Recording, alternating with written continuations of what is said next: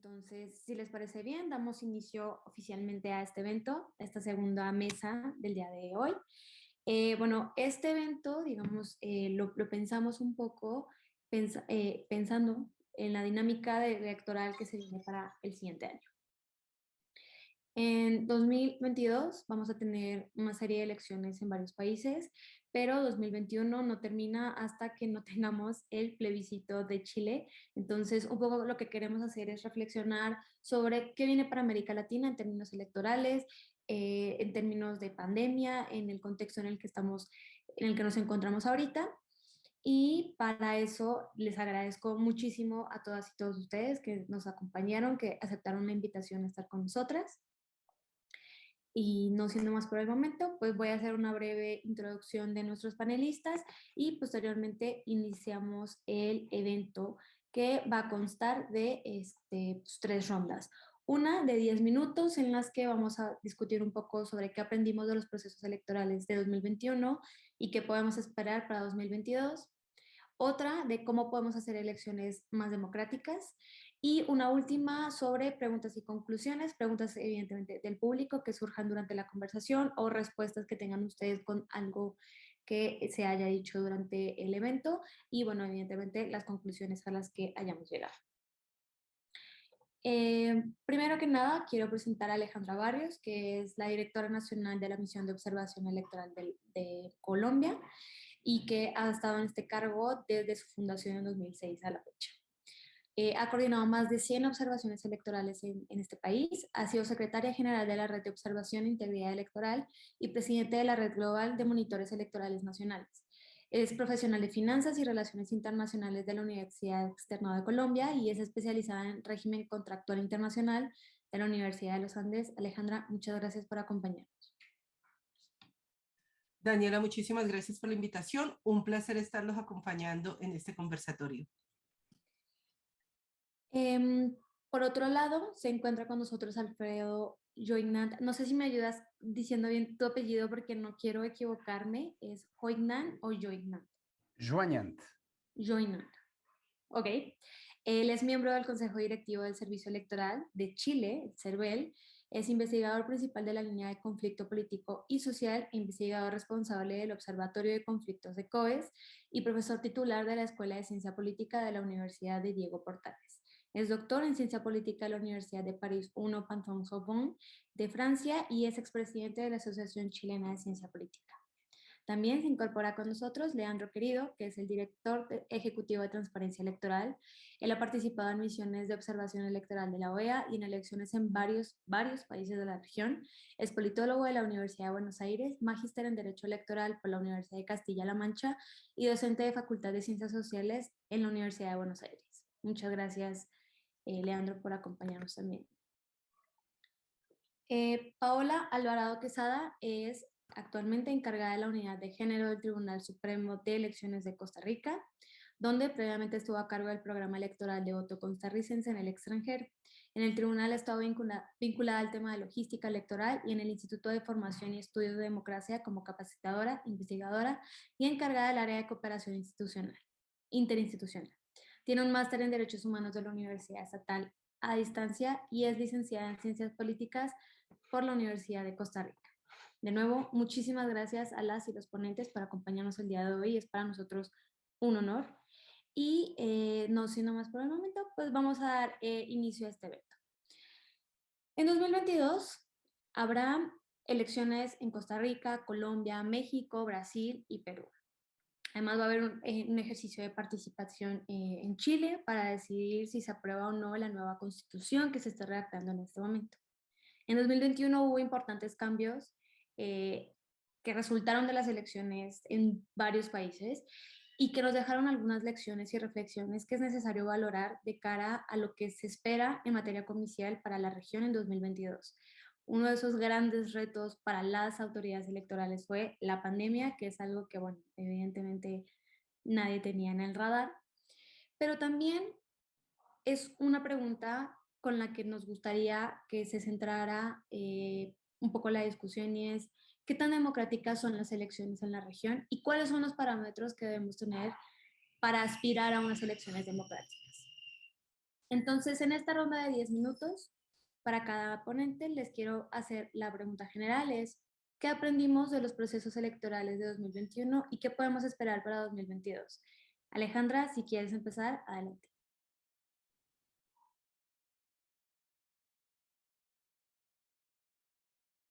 Ya, casi no logro quitar el audio, Pamela. Daniela, muchísimas gracias. No, pues quiero empezar la conversación señalando que las elecciones, los procesos electorales que hay en América Latina el próximo año están de palomitas.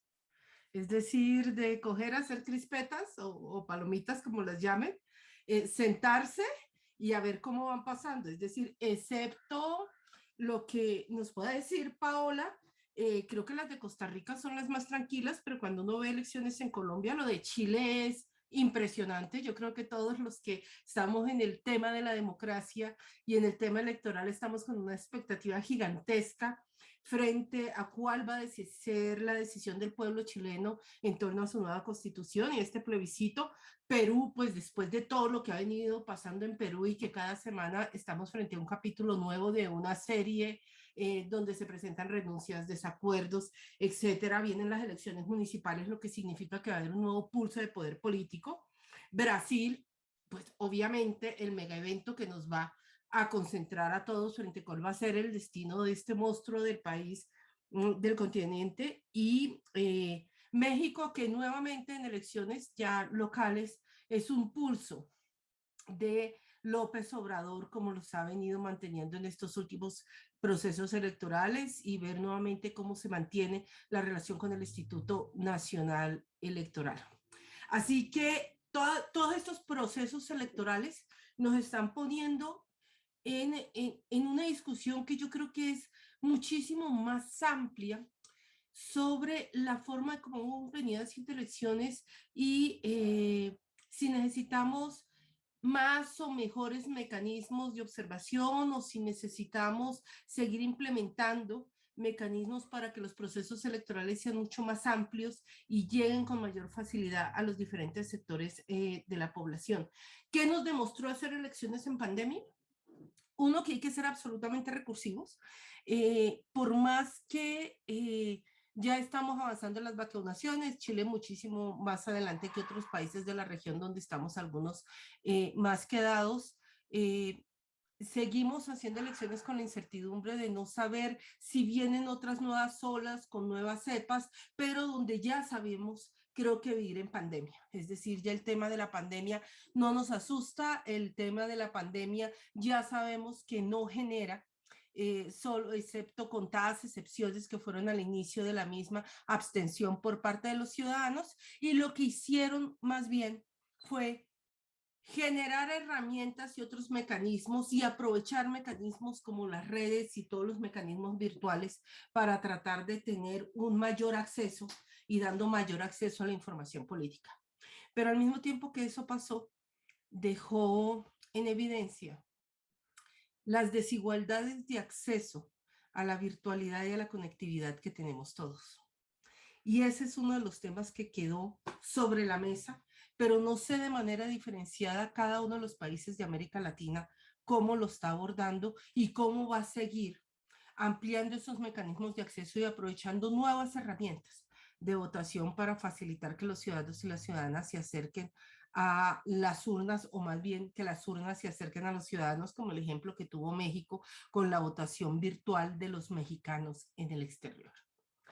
Dicho esto, yo creo que vale la pena, y acabando de señalar cuáles son los países que están yendo a elecciones y después cuáles vienen en el 2023, qué es lo que nos dejó la pandemia, y la pandemia más que retos en materia electoral, lo que nos está dejando es retos en materia democrática. Los gobernantes que estuvieron en el 2020, que están en el 2021, que van a entregar poder el próximo año, en el 2022, les tocó gobernar sobre la incertidumbre. Se habló y se presentaron riesgos a la democracia, países, ciudades, departamentos, estados que abrían y cerraban fronteras, algunas veces y al inicio con no mayores criterios que el miedo.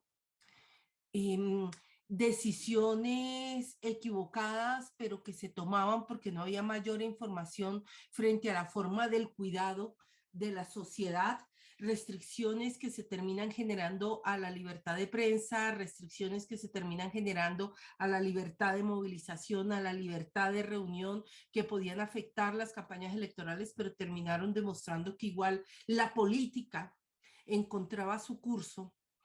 Se presentaron el año pasado. Pero los que vienen, los mandatarios que vienen, se están encontrando en todos los países de América Latina con una triple crisis que va más allá de gobernar en un escenario de incertidumbre. Una profunda crisis política, muy profunda.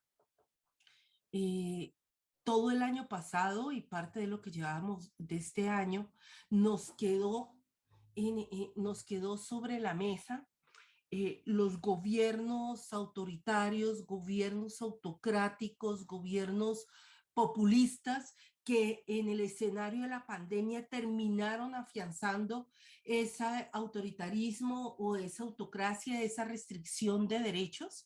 Entonces tenemos una crisis política muy fuerte que se traduce en una falta de credibilidad en toda América Latina frente a las organizaciones políticas y acentuándose hacia propuestas o populistas, soluciones mesiánicas, salvadoras, de un lado, o autoritarias donde hay un desprecio por la democracia, porque esto vino acompañado además de una crisis económica.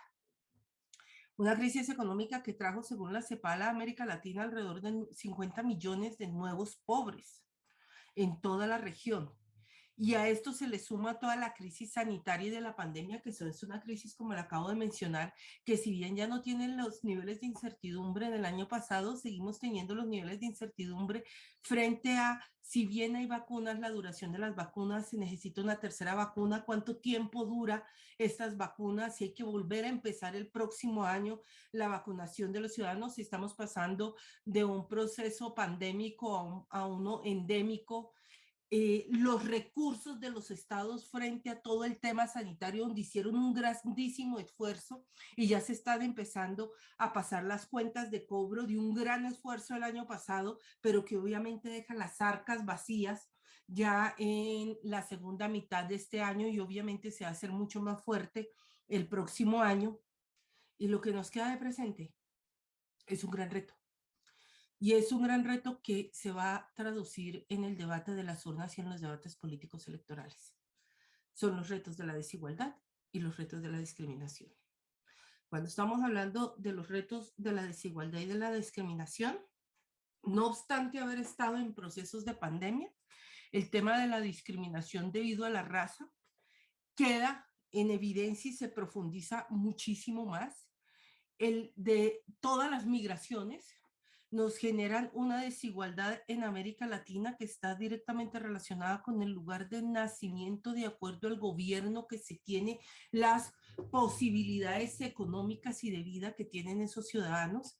No obstante estar en pandemia, y en Colombia lo vimos, migraciones se cruzaban de Venezuela hacia Chile, hacia Argentina, hacia Perú, hacia Bolivia, pasaban por Colombia, Centroamérica, Estados Unidos, provenientes de Venezuela. Hoy Colombia se encuentra además en una crisis de migración de Haití y no solamente de Venezuela, haitianos, africanos que llegan a través de una zona de Colombia para tratar de lograr el paso hacia los Estados Unidos. Creo que desde mediados del año pasado, y todo lo que llevamos de este año, algo que ya había empezado desde el 2017, profundizándose en el 2018, no habíamos visto tanta movilización en toda América Latina, normalmente era de Centroamérica hacia el norte, hoy América Latina está caminando, está migrando hacia diferentes países acompañados de una profunda crisis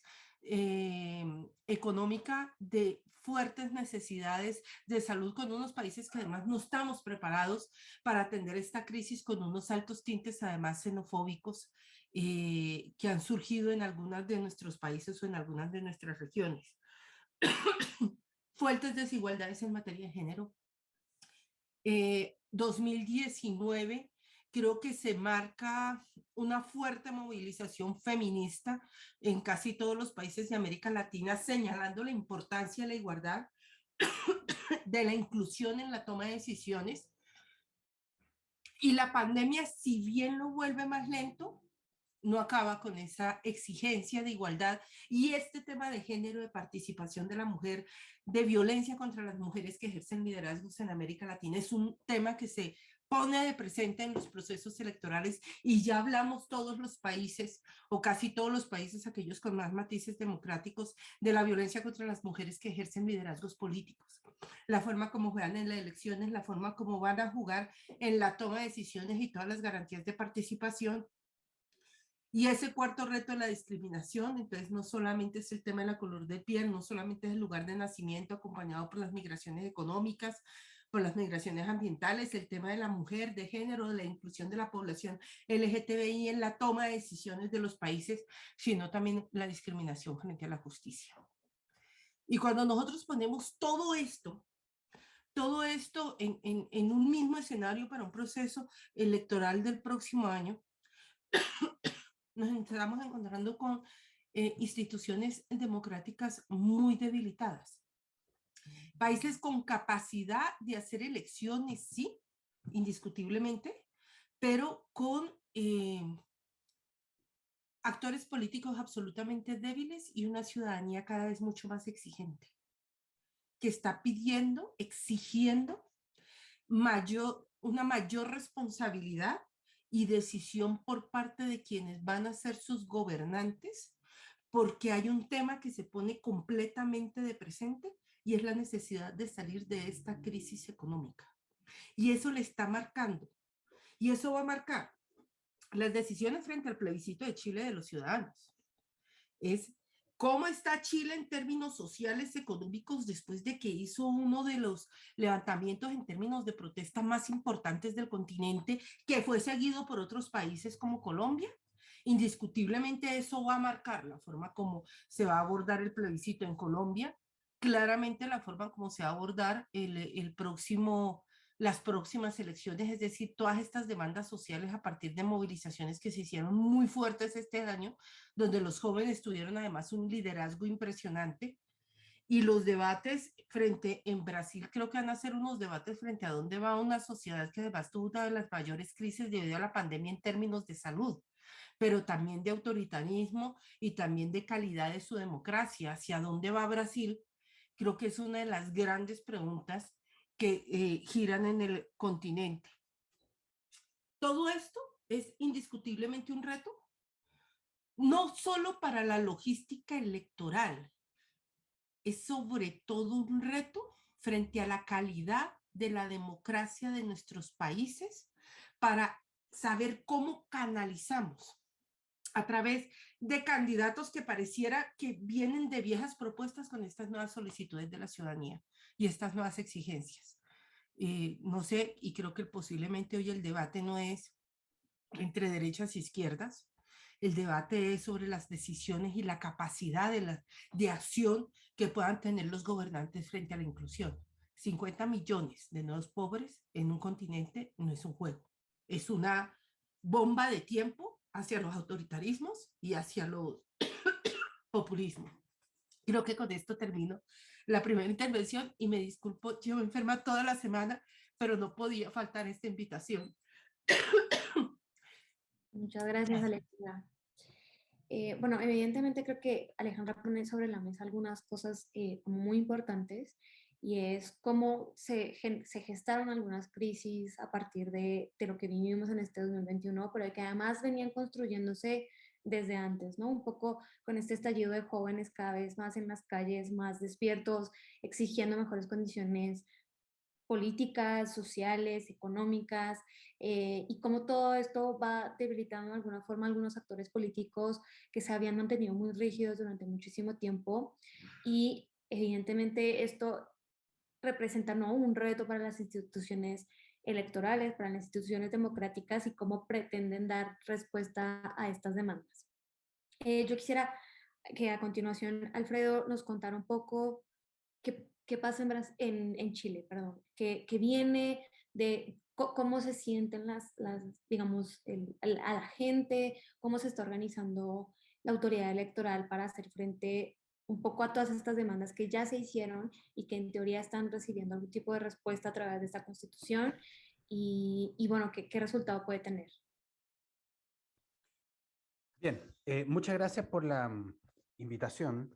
Em, a ver, aquí están pasando, a ver, lo que está pasando en Chile no es solo en Chile que está ocurriendo. Lo que pasa es que en Chile está muy exacerbado un proceso de transformación de una magnitud francamente desconocida, porque estamos en estos momentos asistiendo al mismo tiempo a un proceso de fabricación de una nueva constitución a través de una asamblea especialmente electa para esos efectos, y estamos en plena campaña presidencial, en donde el próximo presidente teóricamente va a durar 4 años, o presidenta, teóricamente va a durar 4 años, pero pudiese que no, dependiendo de cómo la nueva constitución y cuál va a ser la decisión de la Convención Constitucional respecto de las nuevas autoridades. Pudiese ser que en la medida en que la Convención Constitucional es poder constituyente originario, pudiese ser que esa asamblea decida, y que el pueblo lo ratifica a través de un plebiscito de salida,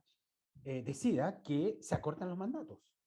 No lo sabemos. Eso ya da cuenta de un importante orden de magnitud de la incertidumbre política en Chile. Pero a mí me gustaría reaccionar a un par de cosas que dijo Alejandra y ahondar en ellas y que afectan evidentemente a Chile, pero no solamente a los chilenos, y que tiene que ver con dos aprendizajes. Un aprendizaje que creo que está bien logrado a escala mundial, pero en este caso latinoamericana, y un segundo aprendizaje que no está bien logrado y que es muy difícil de administrar o de gestionar por parte de la autoridad electoral. ¿Qué es lo que hemos logrado? Hemos logrado efectivamente hacer elecciones en pandemia. A escala planetaria, son más de un centenar de elecciones las que han tenido lugar desde que la pandemia se inició. Algunas de esas elecciones efectivamente tuvieron que ser postergadas. Países tan disímiles como Italia o Finlandia, en algún momento dado, postergaron sus elecciones sin drama. Y Chile también sin drama. ¿Por qué? Porque hay un bien mayor que había que preservar y que es la salud de la población. Por lo tanto, en materia de aprendizaje de elecciones en pandemia, no hay ninguna duda que eso lo hemos logrado muy bien, aun cuando el paradigma de la perfección para estos efectos, inalcanzable para nuestros países latinoamericanos, es Corea. Pero al mismo tiempo hay un segundo aprendizaje que no hemos hecho bien, porque es muy difícil de hacerlo, como lo decía. Lamentablemente, esto ya se viene gestando desde hace años, pero por una coincidencia de naturaleza histórica, los voy a decir a continuación, está coincidiendo con la pandemia. Están teniendo lugar en muchas partes del mundo y en América Latina, mucho está ocurriendo esto, Chile no es la excepción, están teniendo lugar elecciones en condiciones de polarización. Esto es bien importante porque le corresponde un rol muy relevante a la autoridad electoral, muy protagónico, administrar elecciones en esas condiciones, hacer elecciones en esas condiciones.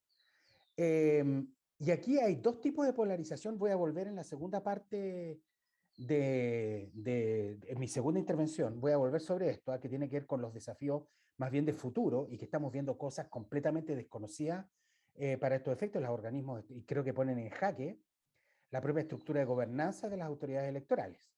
Pero eso lo voy a dejar para un segundo momento. Pero aquí es muy importante saber distinguir entre elecciones polarizadas entre los candidatos, y la polarización afecta principalmente a las élites, y elecciones polarizadas en donde lo que está dividida o dividido es la sociedad misma.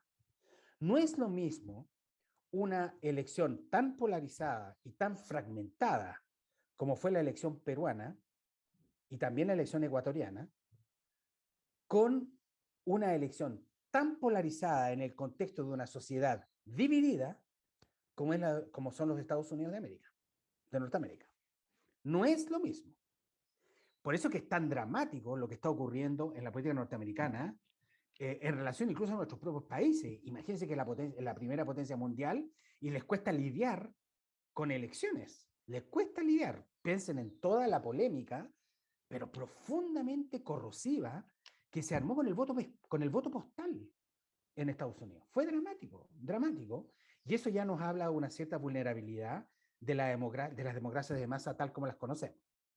Por lo tanto, aquí tenemos un aprendizaje bien hecho, el de las elecciones en pandemia, sí, pero tenemos un aprendizaje a mitad de camino, probablemente imposible de cumplir a cabalidad, y en la segunda parte, en la próxima intervención, voy a ahondar sobre esto, que son elecciones en condiciones de polarización, en donde voy a extremar un poco el argumento, prefiero dejarlo instalado desde ya, en donde para ganar más o menos todo vale. Y ese todo vale, le pone una tarea muy difícil al organismo electoral. Y plantea, por lo tanto, la pregunta, y voy a parar por acá para dejar toda esta parte para desarrollarla en un segundo momento. Y todo esto plantea preguntas serias, muy en serias, sobre la configuración de la gobernanza de los organismos electorales. Porque no es lo mismo organizar elecciones en pandemia y en tiempos normales, sin pandemia, eso es lo primero, pero eso lo hemos aprendido bien, pero sobre todo no es lo mismo hacer elecciones en pandemia, pero además en coyunturas con alta polarización. Esa doble conjunción, y agreguemos una tercera eventual conjunción, sociedades divididas, eso es algo completamente novedoso para los organismos electorales, en este caso latinoamericanos. Y créanme que es bien arriesgado. Esto plantea una serie de problemas. Un último comentario para Alejandra, cuando decía que la pandemia no se ha traducido en abstención, eso no es totalmente correcto. A lo menos en Chile, en régimen de votación voluntaria, la pandemia se ha traducido en una enorme fuerte abstención. ¿Por qué? Porque tanto en el plebiscito del 2020, de octubre del 2020, como en las mega elecciones que tuvimos en mayo, la franja de edad de los 60 años y más se están absteniendo en una proporción gigantesca. Y ocurre que ese era el grupo que más votaba y se está retirando de las elecciones. Probablemente, no sabemos muy bien la razón, pero muy probablemente esto se debe por la pandemia. Solamente les quiero recordar que para un plebiscito tan importante como fue el apruebo o el rechazo al cambio constitucional de octubre del 2020, se abstuvo el 50% de la población. Para elegir convencionales constituyentes ahora en mayo, al mismo tiempo que gobernadores regionales, alcaldes y concejales, 4 elecciones, son 4 papeletas de votación, se abstuvo el 57% de las personas. Probablemente, yo no tengo ninguna duda, pero vamos a tener más claridad ahora cuando terminemos. Chile es uno de los pocos países en el mundo que tiene un sistema de registro perfecto de quienes votaron y quienes no, desde el año 2012 hasta esta parte, y los vamos a liberar ahora en unos 10 días más. Yo no tengo ninguna duda que el grupo de más edad no está yendo a votar. Ya, y sabemos, pero con toda claridad respecto de lo que fue el plebiscito. Ahora vamos a tener la confirmación para las elecciones de mayo, que mientras más se avanza en edad, antes de la pandemia se votaba cada vez más. Ahora es exactamente al revés. Y esto está teniendo consecuencias electorales, pero de proporciones bíblicas. Porque si esa gente de mayor edad, que sabemos desde las ciencias sociales, las personas a mayor edad, mayor aversión al riesgo, es un voto más moderado, no necesariamente de derecha, no, pero es más moderado. Pero por una razón de perspectiva temporal. Las personas con mayor edad tienen un tiempo vital a la vista más corto. Por lo tanto, no están disponibles para, esto es sociología elemental, por lo tanto, no están disponibles a correr grandes riesgos. Bueno, ocurre que ese grupo no está yendo a votar. Por eso es que me permití hacer la corrección a Alejandra, porque no conozco bien los números en este plano respecto de otros países de la región. En Chile no hay ninguna duda. Muchas gracias. Creo que también estamos viendo un poco la dinámica, por ejemplo, en México, ¿no? En México fue una participación altísima y creo que más bien por ahí iba un poco también el comentario de Alejandra, incluso a pesar de estar en pandemia y a pesar de ser elecciones intermedias, ¿no? Hubo un gran esfuerzo por parte de la autoridad electoral, pero además, justo esto que decía Alfredo, y es, hay muchísima coyuntura política en el país y la gente se vio impulsadísima a salir a votar. Yo quisiera retomar un poco un comentario de Alfredo cuando dice que queda expuesta la vulnerabilidad de las instituciones electorales justamente en estos contextos de pandemia y de coyuntura, porque no solamente por esto mismo, que pues al final no importa qué decisión tome la institución electoral, pues va a haber inconformidad, sino porque además estos regímenes políticos en los que se empieza a promover la polarización, también es muy probable que promueva los ataques a las instituciones electorales. Yo quisiera darle la palabra a Paola para que nos cuente un poquito de Costa Rica, a ver si nos da un poquito más de esperanza en la región o si volvemos a estar igual de pesimistas como hasta ahora. Paola, muchísimas gracias de nuevo por acompañarnos el día de hoy. Muchas gracias y un placer estar aquí con ustedes esta tarde.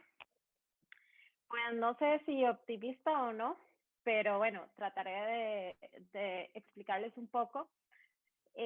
Cuando vi más o menos los puntos que querían que se expusieran, justamente en algunos coincido, justamente en el reto de las elecciones. A ver, Costa Rica es una democracia pues la más longeva en Latinoamérica, ciertamente por ahí y más estable, con instituciones sólidas, pero que en el fondo también es una democracia con muchas imperfecciones y desafíos.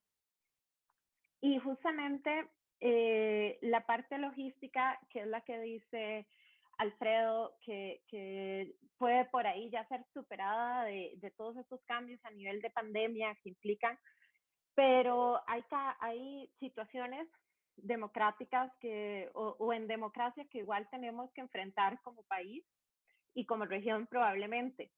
¿Por qué? Porque el voto se viene dando como un medio con el de control e incentivo de las personas ciudadanas con respecto a quienes les gobiernan. Es decir, si yo estoy contenta con quien me está gobernando, voy a respaldarle por medio del voto, pero si no estoy contenta, voy a castigarle por medio del voto, o eso es como se ve esto. Y justamente ahí es donde creo que vienen las otras dimensiones que podríamos hablar de desafíos, retos o crisis, si se quiere. Y es, a ver, traigo tres aspectos principales. Uno, el asunto de la democracia representativa, cuando siento que cuando no se está siendo realmente representativo.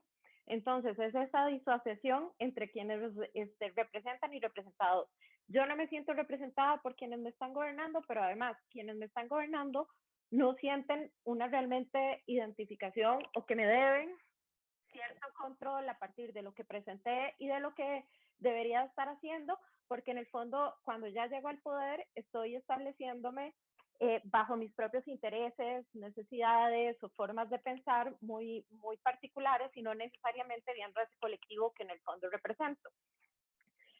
Y curiosamente, en este sentido, yo también traía ese término de la polarización y que últimamente he estado leyendo sobre el tema de la polarización expresiva, ¿verdad? Que es un término que en el último tiempo se viene usando un poco más y justamente enfocándose en ese uso del posicionamientos públicos en medios para reafirmar esa lealtad hacia un grupo, hacia una persona, a partir del descalificativo del otro. Entrando un poco en lo que decía don Alfredo, de esta polarización social, que también es algo que tenemos que enfrentar en elecciones, y que aquí traía también el tema de la ciberdemocracia y ciberciudadanía, donde también las redes sociales nos dan un montón de formas de comunicar, pero qué tipo de información estamos llevando. Y para mí ese es un gran desafío a nivel electoral que estamos enfrentando en cada país, y en el caso de Costa Rica y desde la institución que represento, pues sí se ha tomado, digamos, como una insignia para esta ocasión el tema de la ciudadanía digital y el tratar de educar a la ciudadanía en el uso de todo este tema digital, donde cada vez estamos atacando más a las personas y menos a las ideas, y además recibimos una serie de información, pero no sabemos ni de qué medios vienen, si son falsas, si son verdaderas, y a partir de ahí empezamos a replicar o a posicionarnos en los diferentes temas,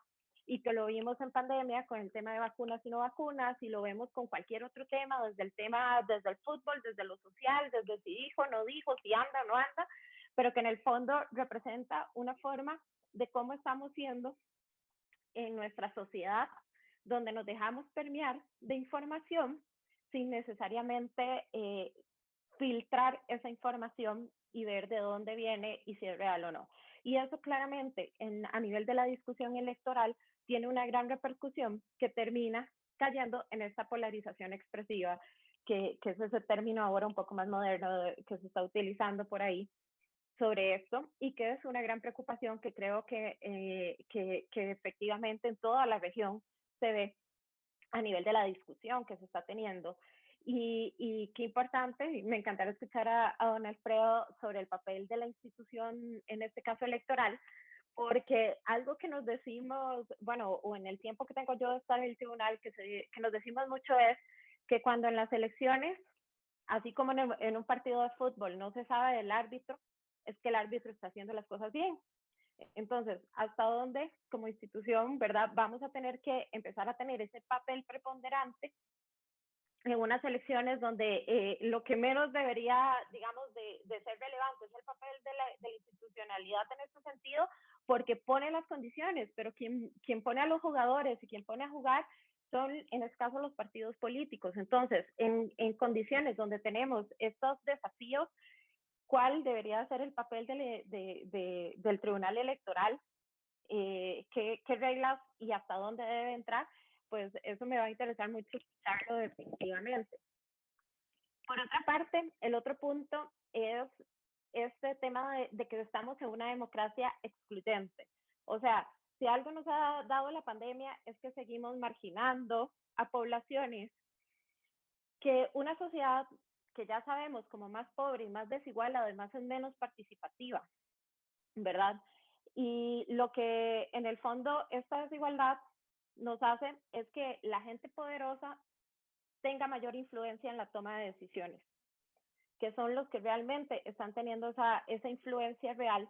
Y es un problema que estamos enfrentando también en Costa Rica, porque la pandemia, como a todos en la región, llegó a profundizar crisis económicas donde los estados tuvieron que llevar sus fondos a atender las crisis sanitarias y no responder a otras necesidades que antes eran prioritarias y que en el momento de la pandemia dejaron de serlo justamente.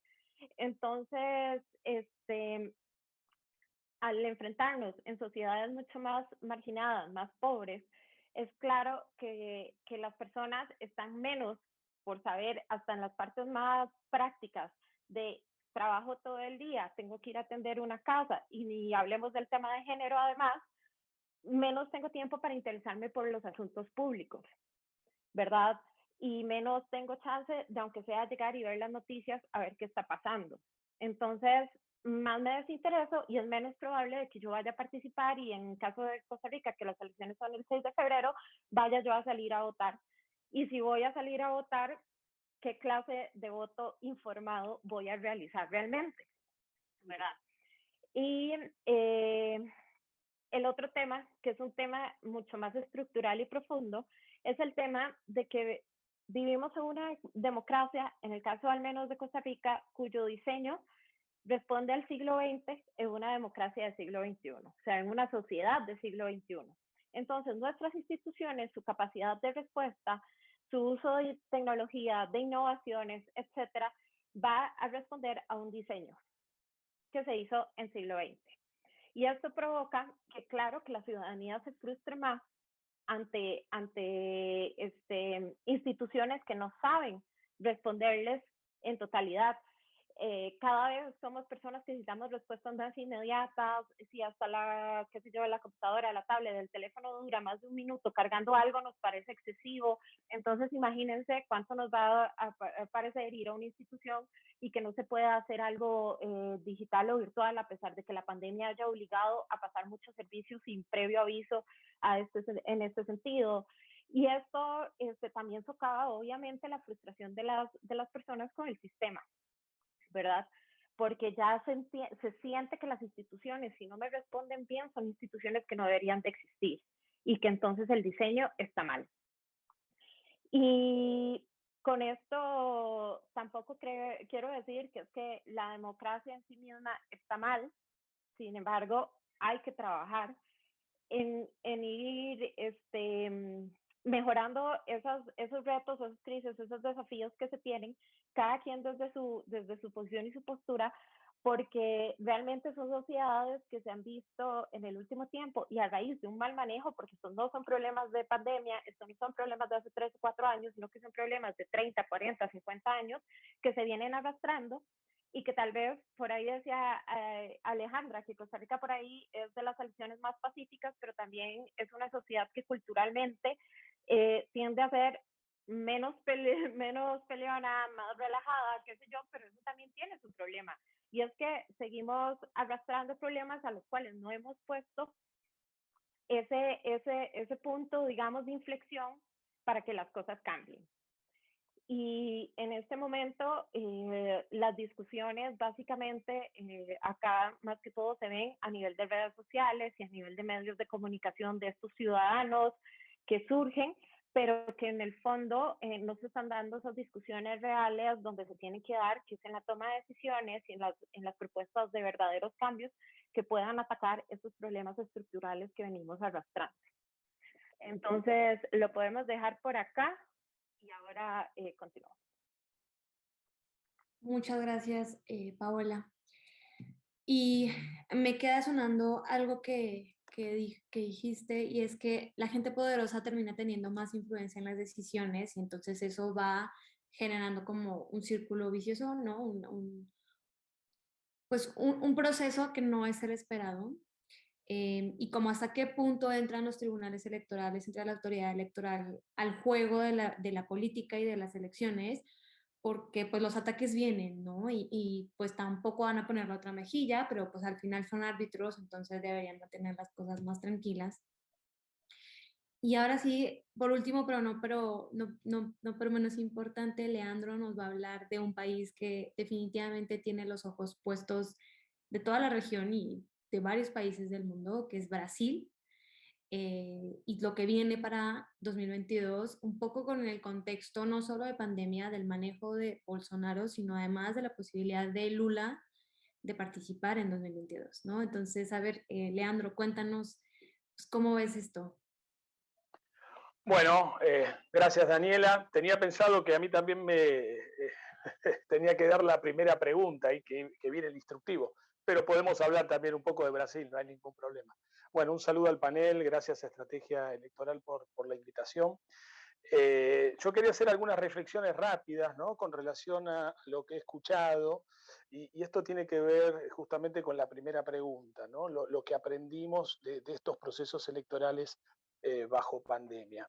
Y yo me acuerdo que en su momento escribí un artículo que tuvo algo de repercusión, que decía que jugaba un poco con eso, ¿no? que la pandemia tenía como una fuerza democrática, si se quiere, porque inexorablemente todos los países de la región debían atravesar ese túnel oscuro que representaba la pandemia, ¿no? Y tenían que hacer elecciones en contextos muy complicados, como decía recién Alfredo, de mucha polarización, de mucha crisis política, y ahora también la amenaza que representaba para la salud de los electores la pandemia.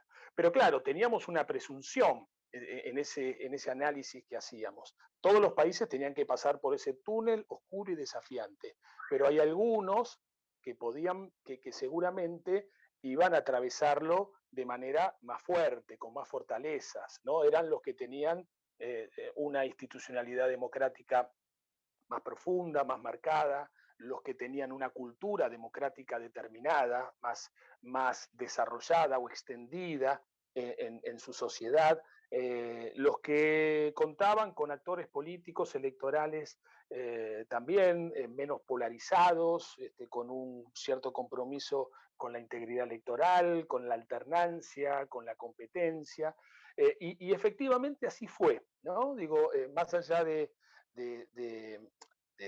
que todavía falta un balance, porque inclusive hay muchas elecciones que se tienen que hacer durante estos meses e inclusive durante el año que viene, me da la sensación que no estábamos tan equivocados, ¿no? Los países que entraron a ese túnel oscuro y desafiante con debilidad institucional, con conflictividad política, bueno, esos procesos se han visto complicados e inclusive algunos todavía están por suceder y lo que muestran es un nivel de conflictividad política muy marcado.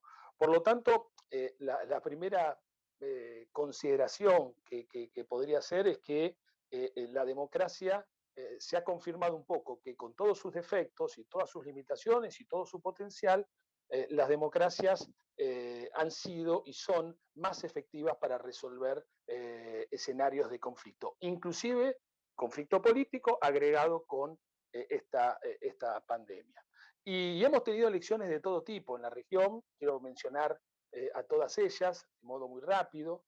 Por ejemplo, hemos tenido las de Ecuador, que han sido elecciones que se han hecho a principios de año y con pocas vacunas, todavía con muchas dudas, con poca información, y sin embargo, la autoridad electoral demostró un gran compromiso, sobre todo por la participación, el gran objetivo era cómo hacer elecciones seguras, y en ese sentido me parece que las autoridades electorales de Ecuador han cumplido con las expectativas de esta comunidad internacional democrática que observa elecciones, y además fueron elecciones con una cantidad enorme de observadores electorales internacionales, en un contexto, reitero, de complicaciones con los vuelos, de ausencia de vacunas. Fueron elecciones muy observadas por la comunidad internacional y además por un programa muy grande de visitantes extranjeros. Esto le dio confianza, sobre todo a los que participaron de ese proceso electoral, reitero, un proceso electoral, en ese caso ustedes recordarán, pero muy polarizado. Por lo tanto, lo que no hizo la autoridad electoral de Ecuador fue resignar la capacidad de control, tanto de sociedad como de comunidad internacional organizada, a la hora de observar el desarrollo de un proceso electoral. Y esto me parece que es importante. También lo mismo podemos decir que ocurrió en Perú, con algunos problemas de diseño. Recordemos la primera vuelta, en donde se aconsejó a la población de mayor edad de participar en las primeras horas de la mañana, y las mesas tardaron en constituirse, y esto generó largas filas en un contexto muy complicado. Esto fue un gran problema para esa elección, un problema que fue superado de cara a la segunda vuelta. Después tuvimos elecciones, por ejemplo, ahora recientemente las municipales, tanto en Brasil como en Paraguay, elecciones que han incorporado mucha tecnología. Brasil ya desde hace tiempo ha trabajado y viene trabajando desde ya fines en 1998 con la boleta, con la urna electrónica, con mucha tecnología. Han votado de esta misma manera, con un poco menos de participación, pero con niveles aceptables de participación electoral. Y Paraguay, que en este contexto decidió implementar una reforma electoral que había votado anteriormente e incorporó un cambio muy interesante en lo que tiene que ver con el instrumento de votación. Pasaron a la boleta única electrónica, ¿no? Y esto me da la sensación que nos demuestra que también se puede innovar en contextos pero muy complejos, ¿no? Y esto fue además muy bien recibido, tanto por la ciudadanía como por los actores políticos, los partidos políticos y demás. Chile, bueno, Chile ha tenido un proceso electoral súper intenso, con elecciones de todo tipo, ¿no? Digo, ante una crisis política, la respuesta institucional fue la de convocar a las chilenas y a los chilenos a votar en muchas ocasiones y muchas categorías, ¿no? De todo tipo, primarias, presidenciales, constituyentes, etcétera, etcétera. Por lo tanto, esa es la respuesta institucional que ha dado Chile, que ha sido muy valiosa. Entendemos, los que estamos en esto, que cuando hay una crisis política siempre lo mejor es responder con participación democrática. Después tenemos los problemas que recién inclusive remarcaba Alfredo, ¿no? Que tenemos un poder constituyente, una asamblea constituyente que tiene que definir la nueva constitución para todas y todos los chilenos y las chilenas, y el nivel de participación ha sido bajo, ¿no? El 57% no ha participado de ese proceso electoral. Tenemos el caso también de México, que hizo sus elecciones más grandes, así lo han clasificado, por todos los cargos que había en juego, y apostaron por la tecnología, ¿no? Porque ellos tienen muchos mexicanos viviendo en el exterior, y una de las iniciativas que tuvo la autoridad electoral es ver de qué manera, con tecnología bien aplicada, se puede aumentar la participación de este sector que generalmente no participaba de modo masivo. Y me parece que han dado un gran paso, y esta iniciativa vino para quedarse, ¿no? Vino para quedarse, y me parece que es muy positivo.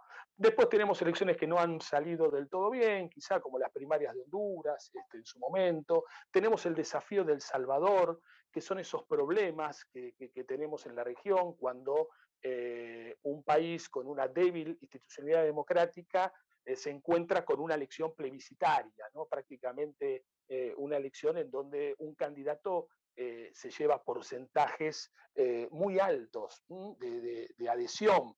Y esto implica todo un desafío, porque si no se autolimita el que recibe esos votos, ¿no? En cuanto a concentración de poder y demás, estamos ante un problema. Y da la sensación que El Salvador va hacia un escenario bastante complicado. Y después tenemos, porque atención, la pregunta de ustedes era ¿qué aprendimos de los procesos electorales? Pero no qué aprendimos de los procesos electorales democráticos, porque elecciones hacen todos, hacen los gobiernos autoritarios, los regímenes totalitarios, Corea del Norte también hace elecciones, Cuba también hace elecciones, y no por eso son elecciones democráticas.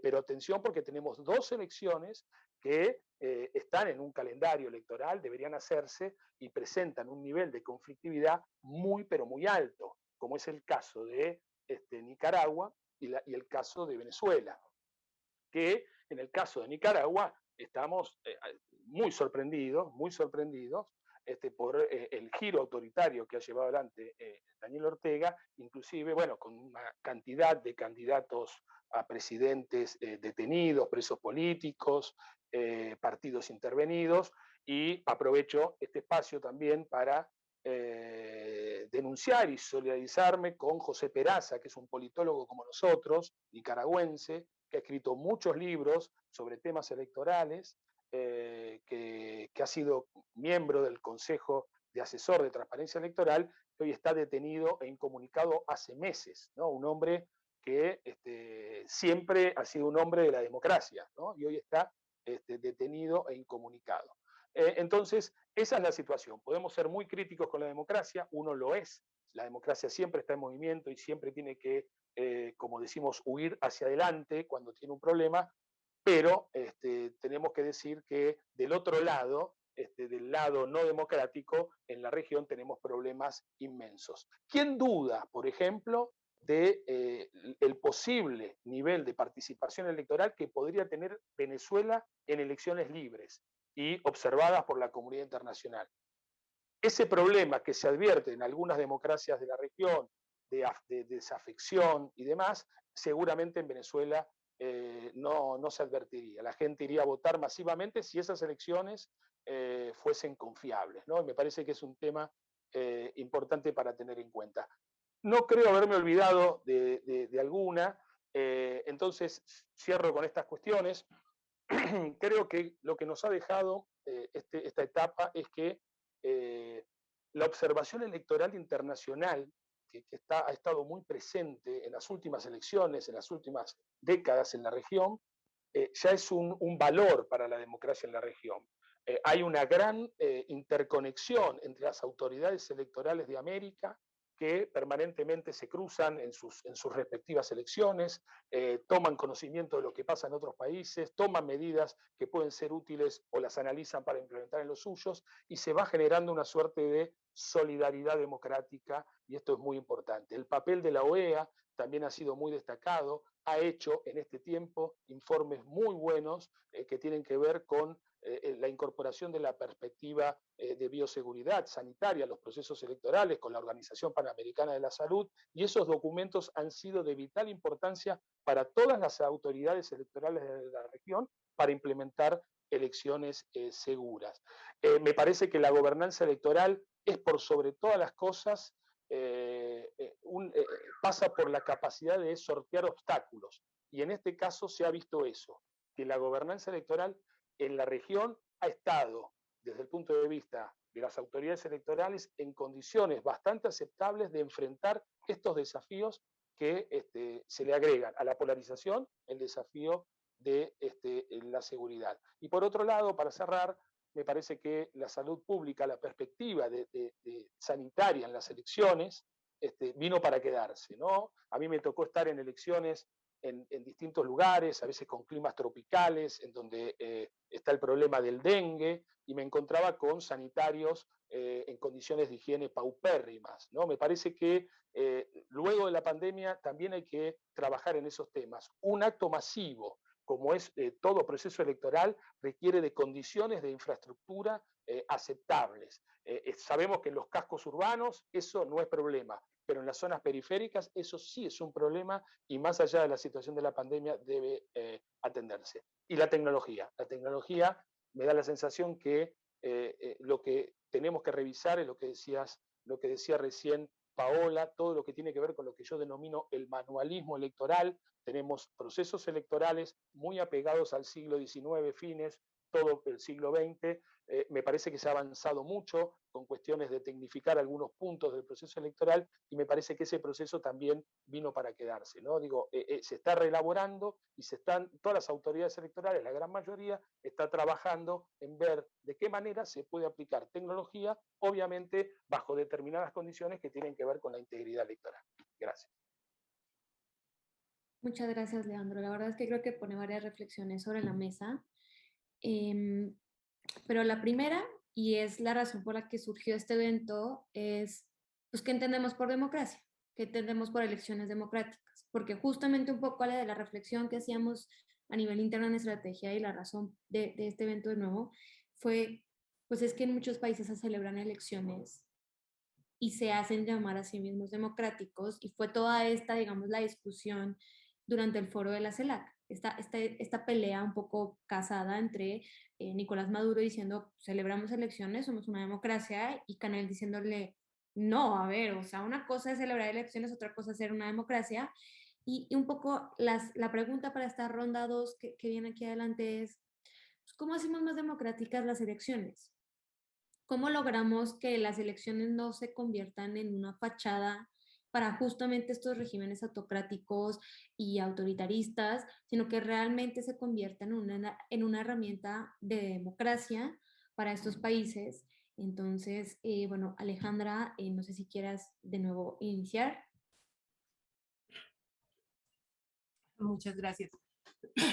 Esa misma discusión de hacer elecciones como un rito del que tú vas cada 4 años o cada determinado tiempo, porque no eran las condiciones de elecciones libres, transparentes, periódicas, donde realmente se refleje la voluntad de los electores, digamos que en términos de estándar internacional está ahí. La realización de elecciones periódicas, y solamente porque me tentó el comentario que hiciste de la discusión con Maduro, no significa que estemos en estados democráticos. Digamos, Colombia es uno de los países en América Latina donde no hubo una ruptura democrática. Nosotros no hemos tenido, bueno, excepto una dictadura blanda, una dicta blanda que la llamamos acá, no tuvimos dictaduras al tiempo que en Centroamérica estaban las guerrillas en un proceso muy fuerte de toma de poder, y está el sur del continente, el cono sur, en dictaduras como una forma de rechazar cualquier tipo de cambio. Colombia lo que hizo fue un acuerdo de élites. Nuestra democracia es una democracia muy extraña. Nuestra democracia funciona y se acomoda, creo que bajo la comprensión de que es un país muy volátil y que si esos acuerdos de élites y acuerdos inclusive entre contrarios políticos no se mantienen, esta volatilidad nos puede llevar a escenarios peores de violencia que los que hemos vivido tradicionalmente. Entonces, empezando, ¿hacia dónde deberíamos avanzar para tratar de que nuestras elecciones sean muchísimo más democráticas y no solamente un rito de cada 4 años, donde lo que pones a prueba es una logística electoral impecable, pero donde no estás cumpliendo realmente en términos democráticos de sociedad, de comunidad, los procesos electorales? Yo me iría hacia el tema de inclusión, y sé que es un tema que se puede abordar por desde muchísimos lugares, pero creo que uno de los mayores retos que seguimos teniendo es el reto de inclusión. Entonces, la pregunta es, ¿para quiénes han sido tradicionalmente nuestras democracias? Y yo no voy a contestar por el resto de los países de América Latina, pero sí voy a contestar para Colombia.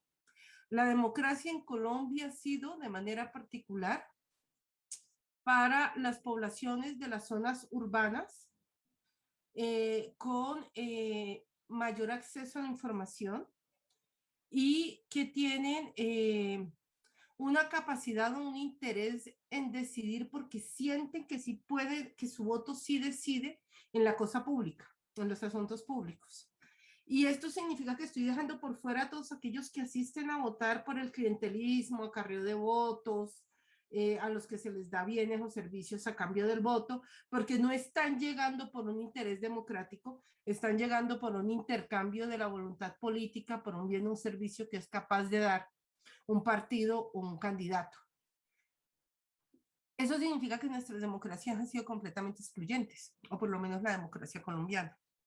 El próximo año nosotros vamos a afrontar uno de los retos creo que más interesantes que hemos tenido después de la Constitución de 1991, y es que en 167 municipalidades de Colombia, Colombia tiene 1.103 municipalidades, en 167 apenas, que fueron las más golpeadas por la guerra y que siguen siendo las más golpeadas por la guerra, se va a intentar hacer elecciones en las zonas rurales. No, no se va a intentar, se tiene que hacer elecciones en las zonas rurales para elegir unas circunscripciones especiales que venían en el acuerdo de paz, circunscripciones especiales de paz. Pero quiero que entiendan la dimensión de lo que estoy diciendo.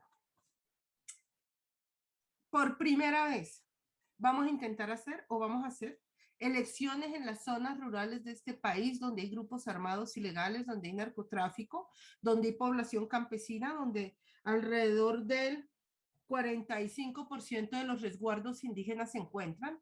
En esas zonas rurales vive 1 de cada 3 indígenas de este país, donde se encuentran el 65-67% de los consejos comunitarios afrocolombianos, que es la forma de organización comunitaria, es decir, viven en consejos comunitarios afro, que es una forma de organización heredada, el 67% de ellos.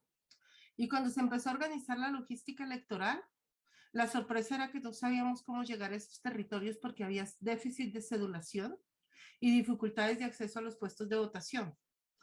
Eso significaba que tenías que poner más puestos de votación y tienes que salir a hacer una campaña de cedulación. Y eso tiene a todo el mundo y a toda la institucionalidad en alerta, porque vas a hacer lo que no era importante o era lo impensable porque tienes un muy bajo censo electoral en esas poblaciones, y es meterte donde está la guerra a que la gente vote.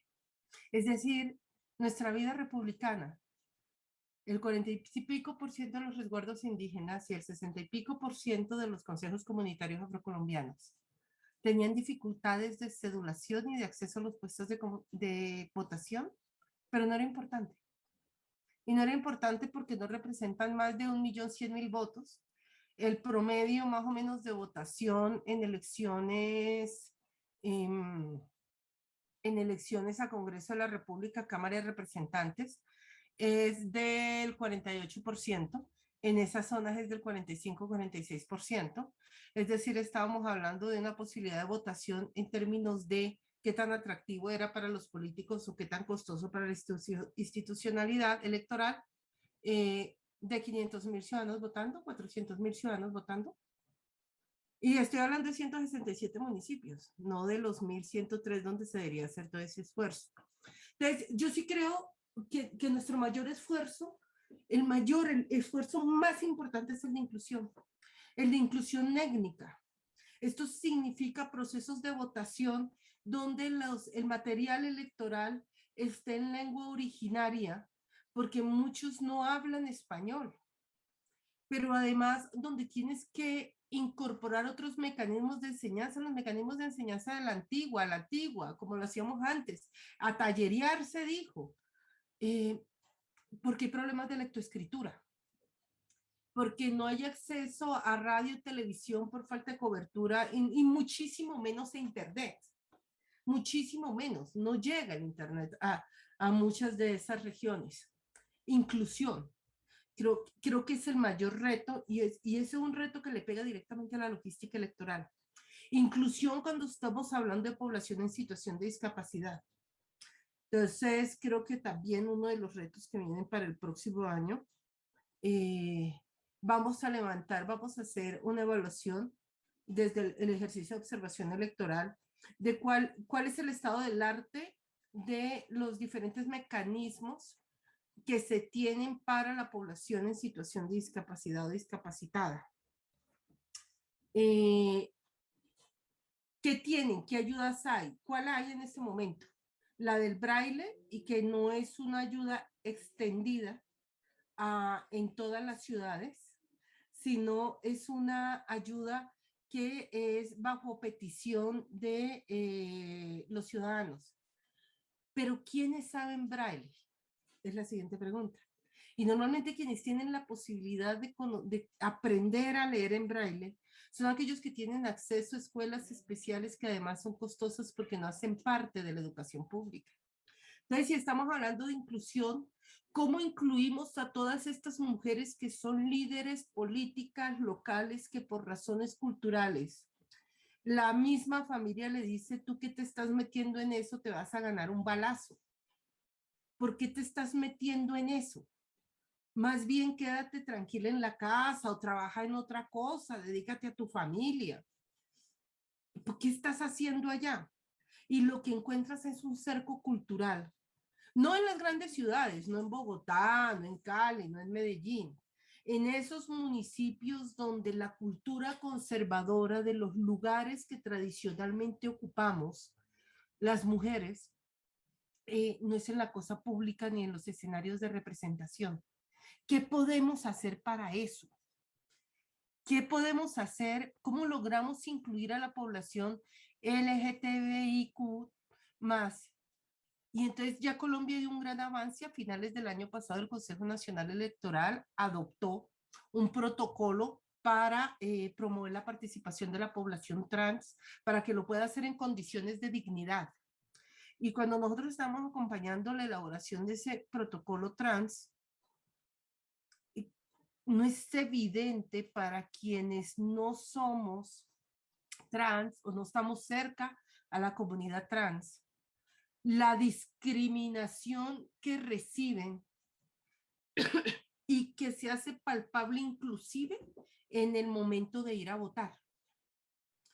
Para nosotros es normal ir a votar, pero la discriminación de la foto frente a tu identidad, frente a quién te hace la requisa, si eres una mujer trans, te la ponen a que la haga un hombre, no puedes escoger quién te la haga, las risas de cuando entras y aparece en el documento que te llamas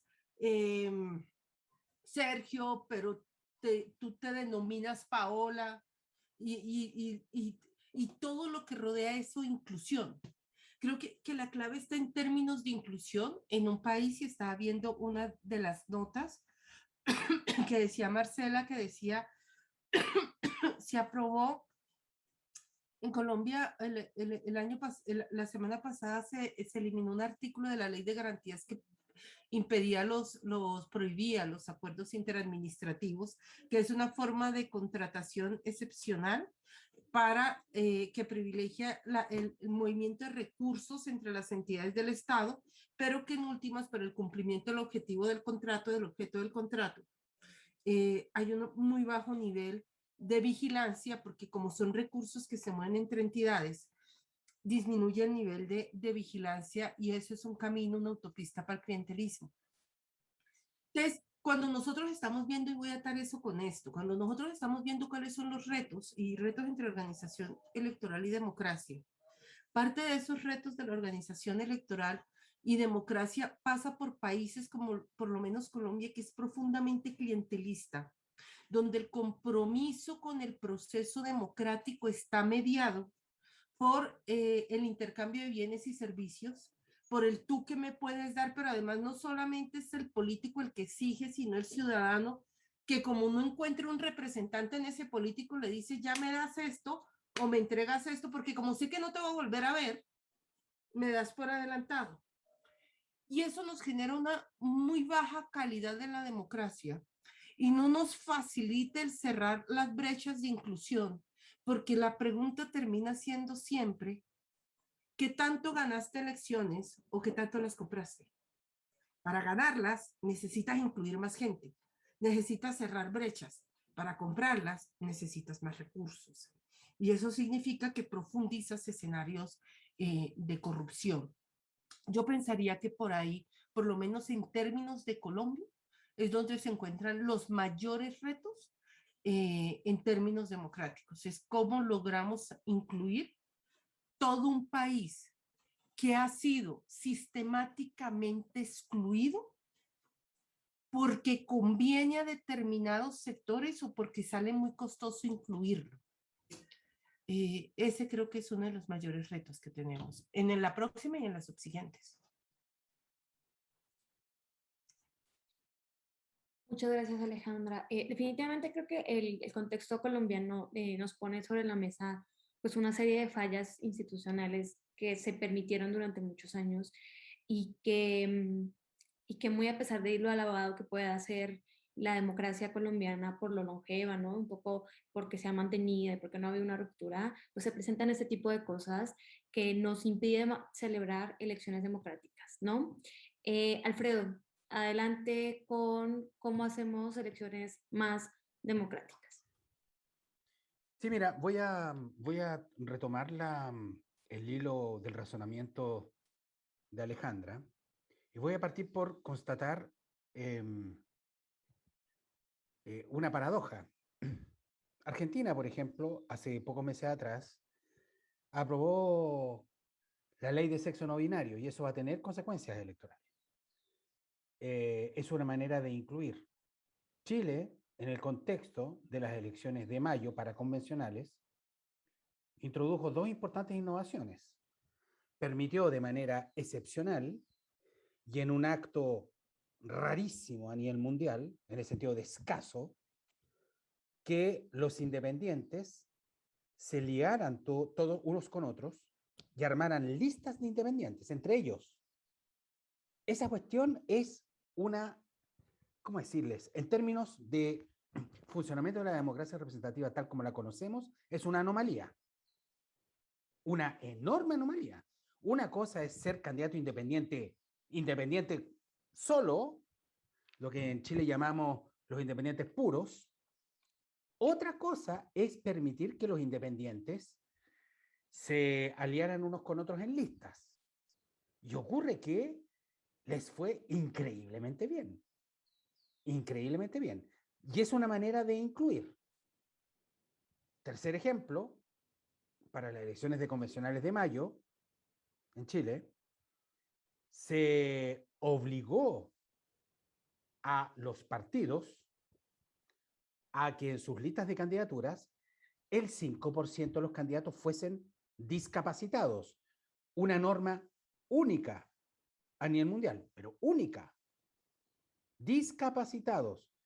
Vale decir, una minoría muy relevante de la población tenía garantizado un cupo por el lado de la oferta.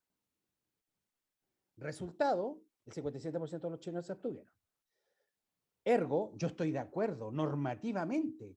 No, ¿cómo no voy a estarlo? Normativamente estoy de acuerdo en normas de inclusión para hacer de esto una mejor democracia. pero creo que no basta. Creo que aquí hay un problema mucho más profundo. Mucho más profundo. Y les digo desde ya la razón última de qué es lo que creo que está ocurriendo. Pero no me voy a detener en eso, sino es la raíz de todo lo que les voy a decir. Yo creo que la democracia del sufragio universal tal como la conocemos, el sufragio universal lo inventaron los franceses. Y el primer momento en que lo practican, esto se inventó en el marco de la Revolución de 1848, a través de un decreto muy famoso que es del 5 de mayo. La primera elección de sufragio universal de presidente de la República la ganó un dictador. Era Napoleón III, 1850. Ahí está el gran libro de Marx, el 18 Brumario de Luis Bonaparte. Esto ya partió mal, pero bueno, yo creo que lo que aquí está pasando, en el fondo, es que el sufragio universal está perdiendo energía. Esto es muy importante. Está perdiendo energía. Y esto se está viendo bien en el aumento global del abstencionismo. Sepan ustedes que el declive electoral en los países OCDE en los últimos 25 años es del orden de 20 puntos. Es gigantesco. Gigantesco. Vale decir, aquí hay algo que está mutando. Les acabo de entregar mi diagnóstico de fondo. Debilitamiento de la energía legitimadora del sufragio universal. No sabemos por qué cosas reemplazar. No sabemos. De allí la importancia de preservar y cuidar lo que conocemos. Pero al mismo tiempo, aquí hay desafíos, amenazas que están apareciendo. Y esto hace 3, 4 años atrás hubiese sido futurista, lo que les voy a decir. Esto ya no es futuro. Esto es presente, esto es actual. Desde hace ya un buen tiempo, estamos observando presiones singularmente intensas sobre los órganos organizadores y regulatorios de las elecciones. Esto es lo que le ocurrió, por ejemplo, y aquí voy a empezar a hablar de los países desarrollados y después bajo a los latinoamericanos, porque esto no es un problema de los países del sur, este es un problema sustantivo, este es un problema de la democracia. Este es lo que le ocurrió, por ejemplo, a la Federal Election Commission norteamericana, con ocasión de las elecciones de medio término, bajo el mandato de Trump, y ¿qué quieren que les diga? En el intento de reelección. La presión de la Casa Blanca y de esa enorme fuerza que es el Partido Republicano en el Senado hacia el órgano regulatorio de las elecciones federales en Estados Unidos fue gigantesco. Y a escala de los estados federados, toda la disputa por el gerrymandering, por el redistritaje y por el voto postal ha sido dramático, pero dramático. Y eso ya está hackeando la democracia, en este caso norteamericana. Pero no es solo ese el caso. Lo mismo ocurrió, y de esto se sabe menos. Y este es el país en donde se inventa el parlamentarismo. Lo mismo ocurrió con la Electoral Commission británica. Lo mismo. En el perímetro del referéndum por el Brexit. La Electoral Commission británica fue atacada por conservadores y laboristas al mismo tiempo. Vale decir, por los partidarios del Remain y del Brexit. Debilitando, y todavía no se repone, la Electoral Commission. Estamos hablando de 2 potencias democráticas mundiales. ¿Qué quieren que les diga? Estamos hablando de presiones a repetición en las democracias iliberales que se han impuesto en los últimos 15 años en muchas partes y además en los países desarrollados. Cuando tenemos, por ejemplo, cuando los gobernantes iliberales que ganan las elecciones, pero son autoritarios, tienen que ir a sus reelecciones. Y ahí estamos hablando de qué. Víctor Orbán en Hungría, ¿qué es lo primero que hace? Hackea a los tribunales electorales y a las cortes de justicia. ¿Qué es lo que hace Kaczynski en Polonia? Lo mismo, Erdogan en Turquía. Idem. ¿Qué es lo que está haciendo Bukele en El Salvador? Lo mismo. ¿Qué es lo que ha hecho Bolsonaro en Brasil? Idem. ¿Qué es lo que ha hecho Daniel Ortega? Que es una vergüenza, pero realmente una vergüenza que ese gallo haya sido realmente un revolucionario de lujo en el contexto del derrocamiento de la dictadura de Somoza, hoy día uno lo ve, es un dictador, sin más. Pero ¿cómo? En esto, de hecho, no debemos escatimar en el lenguaje. Tenemos que nombrar las cosas por su nombre. ¿Pero qué es lo que hace Daniel Ortega? Está lo que dice Leandro, encarcelado a cantidad de candidatos presidenciales, pero es una cuestión demencial.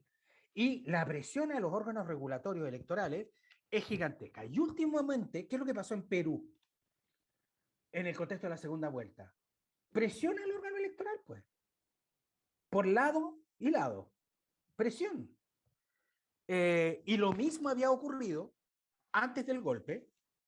Lo mismo había ocurrido en Bolivia por parte de Evo Morales, quien presionó al órgano electoral boliviano para que no reconociera abiertamente los resultados de la elección. Y esto también ha estado pasando, pero en un tono, convengamos, infinitamente menor, al punto de lo incomparable, pero yo nunca lo había visto antes. Le está pasando también al Servicio Electoral de Chile. También le está pasando a Chile esto. Entonces, ¿qué es lo que a mí me arroja como enseñanza y como problema? Si bien estas amenazas a menudo se explican por la naturaleza autoritaria de gobernantes democráticamente electos, aquí no estoy hablando de Kim Jong-un de Corea del Norte, estoy hablando de las democracias representativas. Si bien estas amenazas se explican en gran medida por la naturaleza y incluso por los componentes actitudinales de los gobernantes autoritarios democráticamente electos, esa no es toda la explicación. Aquí hay fallas y vulnerabilidades que se han hecho evidentes en el funcionamiento de la democracia representativa y aquella que descansa en el poder del sufragio universal. ¿Por qué? Porque aquí lo que está operando, y lo dije al inicio, es un fenómeno de polarización de las élites y o de sociedades divididas que impactan inevitablemente en el órgano electoral. Y aquí viene lo futurista, que ya no es futurista.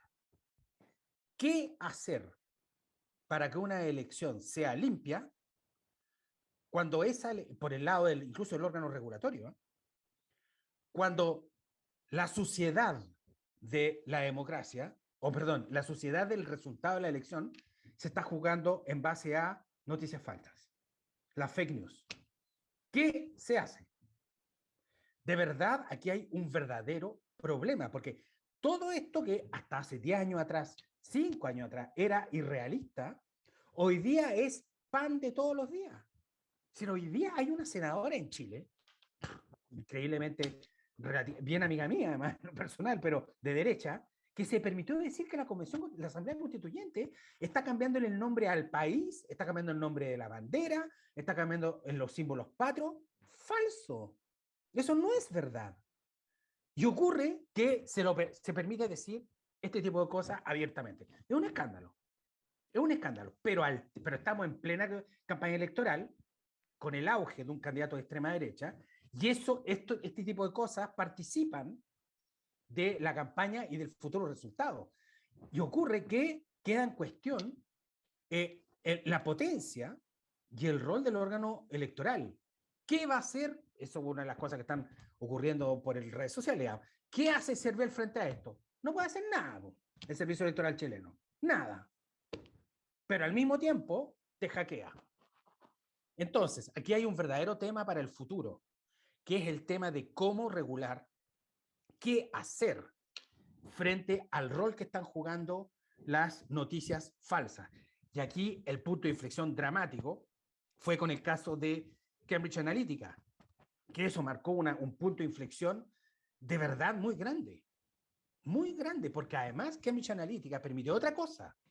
Pero ustedes saben que en las elecciones norteamericanas que ganó Trump, dado que el sistema es indirecto, no se define por voto popular, sino que se define por delegado, ustedes saben por cuántos votos se dirimió a través de Cambridge Analytica la elección presidencial norteamericana.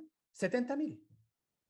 ¿Por qué? Porque a través de Cambridge Analytica, los estrategas del Partido Republicano y de Trump lograron focalizar a tal punto, a tal nivel de desagregación, la campaña, hacerle escuchar lo que quieren escuchar a las personas que iban a dirimir en un par de estados la elección, eso antes era completamente desconocido. ¿Cómo lo vamos a prohibir? No, no se puede prohibir eso. Pero al mismo tiempo convengamos, constatemos que aquí hay un verdadero problema. Y termino por lo siguiente, y es una pregunta abierta. Yo tengo una opinión al respecto, pero yo creo que aquí está en juego, además de la democracia, por supuesto, pero antes que la democracia, está en juego la pregunta de la estructura de gobernanza de los organismos regulatorios electorales. No solo está la pregunta abierta si el órgano administrativo que organiza las elecciones, tipo CERVEL, tiene que estar separado o unificado con aquel otro órgano que imparte justicia electoral. Esa es una pregunta, pero eso es una pregunta que no participa del problema que aquí estoy mencionando. Aquí estamos hablando de siempre hay que colocarse en el escenario, y efectivamente cuando Paola, me parece, mencionaba de que aquí todas las reglas electorales están pensadas desde la óptica del siglo XX, que hoy día uno comienza a echarlo francamente de menos, porque estamos viendo cosas que antes no habíamos visto, pero tenemos que ponernos en el pellejo, los que organizamos elecciones, en el pellejo de coyunturas que no son normales. Vale decir, coyunturas, por ejemplo, muy polarizadas y de elecciones y al mismo tiempo de elecciones extraordinariamente estrechas. ¿Qué órgano electoral, cómo debiese ser el órgano electoral en esas condiciones? Tendría que ser una oficina del Ministerio del Interior, que es la que administra las elecciones, por ejemplo, en Francia, que nadie discute. Eso es Francia. Es una oficina del Ministerio del Interior. CERVEL en Francia no existe. No existe un INE mexicano en Francia. Esa cuestión está fuera de la mente de los franceses. Evidentemente que en países como los nuestros, esa solución es la peor de las soluciones. ¿Qué mejor manera de presionar al órgano electoral si el titular del órgano está metido en una oscura oficina del Ministerio del Interior? No tiene ningún sentido. Pero entonces, tenemos que ir entonces hacia autoridades unipersonales. Imagínense si la autoridad electoral, por ejemplo, salvadoreña o estadounidense, fuese solo un individuo. Imagínense cómo ese pobre sujeto o sujeta va a resistir la presión, por ejemplo, de un presidente. Entonces, la pregunta es, ¿cómo tiene que estar compuesto el órgano electoral? Una autoridad unipersonal, que fue la solución del CERVEL chileno hasta el año 2012, momento en el cual se construye y se legisla a propósito de un órgano colectivo, un consejo del cual yo formo parte, somos 5 los consejeros que administramos las elecciones. Si la solución va, y creo que hacia allá va, hacia órganos colectivos de administración de las elecciones, ¿cómo debiesen estar compuestos esos órganos? ¿Debiese ser a la americana por propuesta presidencial votada por el Senado, que es la solución chilena, en circunstancias en donde todos los partidos están deslegitimados y los consejeros actuales venimos del mundo de los partidos? ¿O tenemos que inventar un sistema de concurso público? Todo esto para preservar algo imperioso: la autonomía del órgano electoral. Esto es esencial. Si el órgano electoral pierde su autonomía, pero la posibilidad de que la democracia caiga es enorme, es enorme.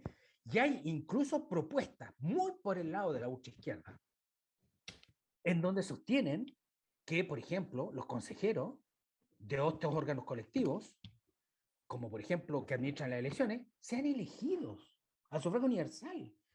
Yo realmente, de verdad, hay cosas que hay muchas cosas que yo no había escuchado, y aquí yo estoy escuchando a cada rato cosas extravagantes.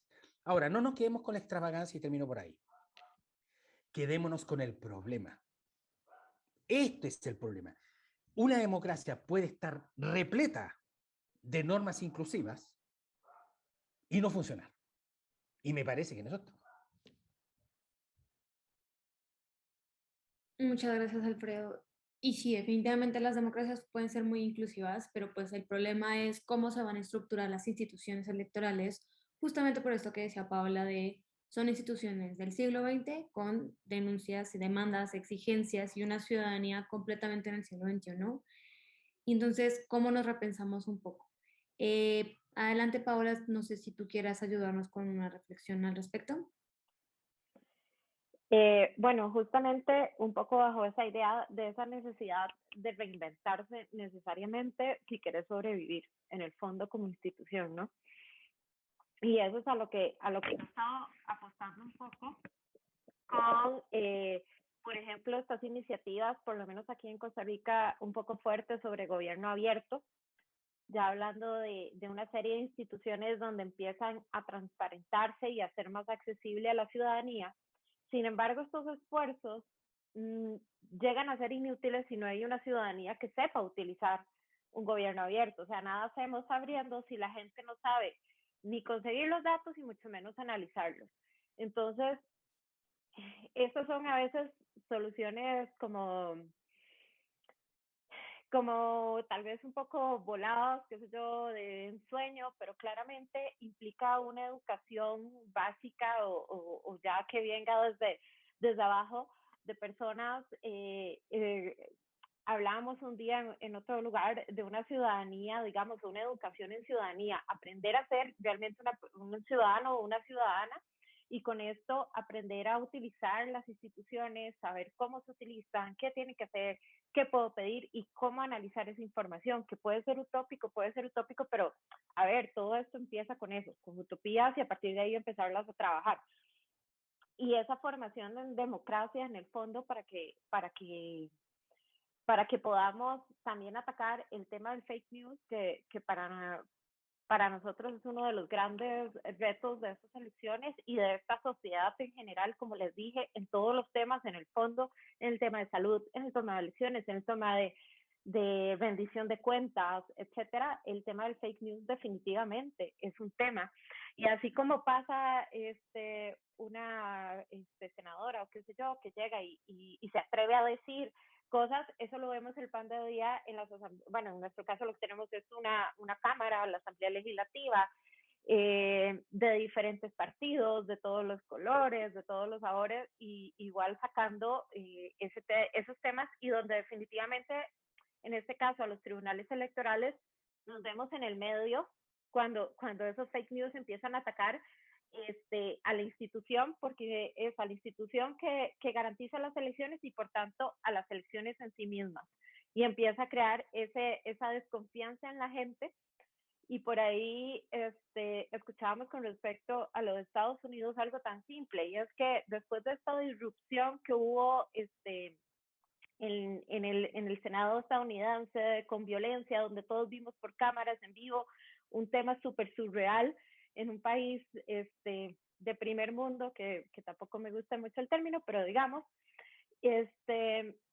y meses después, esas mismas personas llegan a decir, fue algo pacífico, nos invitaron, no hubo violencia, es más, casi estábamos que tomando el té ahí, todos en confianza, hablando y todo, y hay gente que llega a creer eso, a pesar de las imágenes, a pesar de lo que se vio, llegan a creer eso, y eso nos pasa en los diferentes temas en el fondo, de cómo hay personas que terminan creyendo aún así todas estas noticias falsas, porque volvemos a lo mismo, no somos ciudadanas ni ciudadanos preparados realmente para ser críticos y analíticos con la información que nos llega. Y ya no es un tema de cantidad, porque la cantidad es excesiva en estos tiempos, es de calidad.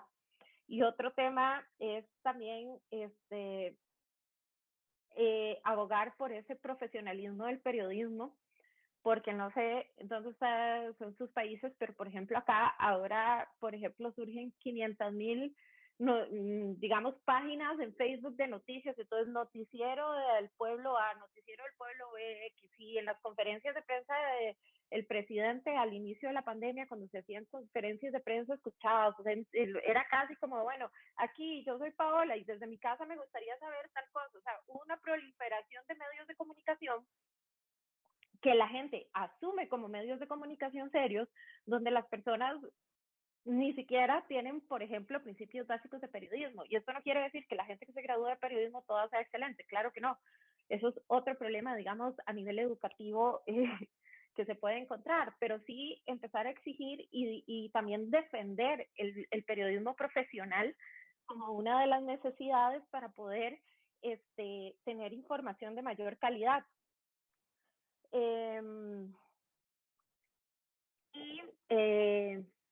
Perdón, es que sonó algo, no sé si fue mis audífonos. Y con esto no se trata de una renuncia política o una renuncia de la democracia. Se trata de aplicarnos en ver qué tenemos que ir cambiando y esos problemas, digamos, que hablaba al inicio de la desigualdad, de la falta de representatividad, de este diseño de instituciones y de estructura antiguo, es empezarlo a trabajar. Definitivamente a eso tenemos que ir. Y nada más a la reflexión de don Alfredo, le quería acotar que, por ejemplo, en el caso de Costa Rica, a nivel de tribunal electoral, tenemos un sistema diferente y por ahí, como diría, raro o anómalo. Y es que nosotros, el tribunal electoral, tiene la parte de justicia electoral y la parte administrativa electoral junta. Pero además, quien elige a los magistrados y magistradas del tribunal es la Corte Plena, ¿verdad? Es decir, el Poder Judicial. En nuestro caso. En nuestro caso no pasa por Asamblea Legislativa o Cámara, no es parte del Poder Ejecutivo, sino que los magistrados y magistradas en su pleno, las 4 salas que componen el Poder Judicial, son quienes eligen a las señoras y señores magistrados, 3 en época normal, 5 en época de elecciones, se amplía de los suplentes, se toman 2 y ellos llegan a ampliar la época electoral. Y es contra atestados, evidentemente. Ahí, digamos que siempre puede haber un juego político, creo que sí, que la política en el fondo está presente y tampoco hay que satanizar la política. El político es todo aquello público, ¿no? En el fondo. Pero ha sido un sistema que en el fondo, en nuestra idiosincrasia y cultura, porque como también usted bien dice, en Francia funcionan cosas que por acá no funcionan, o por allá, y que todo tiene que ver también con nuestra historia, con nuestra cultura, con nuestras vivencias, etcétera, que nos hacen armar nuestros sistemas a partir de nuestras propias experiencias, ¿no? Pero bueno, es un sistema que aquí ha funcionado y justamente la institucionalidad electoral tiende a ser la mejor calificada de todas las instituciones públicas cuando se hacen estos censos, y generalmente solo superados ya como instituciones en general por las universidades públicas, que en Costa Rica cuentan con mucho prestigio. Antes, ya en el último tiempo no tanto, de la Iglesia Católica, que es un pueblo claramente muy conservador en ese sentido, y que bien ha bajado, pero que sí es un sistema que ha ido funcionando, y por eso parte también de la idea de, bueno, siendo así, lo que tenemos que hacer es reinventarse como instituciones, crear opciones que puedan responder a la ciudadanía de manera adecuada y de manera cercana a lo que se necesita. Y a partir de ahí, pues todos estos proyectos que se están tratando de desarrollar, de ciudadanía digital, de democracia digital, de gobierno abierto, que es un proyecto pues más país, pero que sin dudas la cirugía necesita todavía ir más a fondo y abarcar muchas más cosas, y han habido algunas conversaciones sobre la necesidad justamente de una nueva constitución política y a partir de ahí un nuevo pacto de diseño estructural, pero son cosas que se han quedado abajo y que probablemente se van a tener que retomar como país en definitiva. Y por ahí me quedo yo. Muchas gracias, Paula. Pues definitivamente, hasta qué punto el periodismo profesional y cómo la proliferación de estos, digamos, formas de comunicación, vamos a no llamarle medios para, digamos, evitar confundirlos con otras cosas, pues ha convertido en muchos países en el primer problema, y es que al no tener fuentes oficiales de información o personas un poco cercanas a la información, pues sí, oficial, se proliferan estas ideas y estas cosas falsas que impiden obviamente el desarrollo normal pues, de las democracias, ¿no? tú, Leandro, tú pusiste sobre la mesa la pregunta, ¿no? Que era esta segunda de, pues, ¿cómo definimos una elección democrática y cómo definimos una democracia? Porque no todas las democracias, no todos los lugares que celebran elecciones son lugares democráticos. Entonces, ¿cómo hacemos para garantizar que sean realmente esto, ¿no? Democracias y no una cortina de humo de regímenes autocráticos o autoritarios?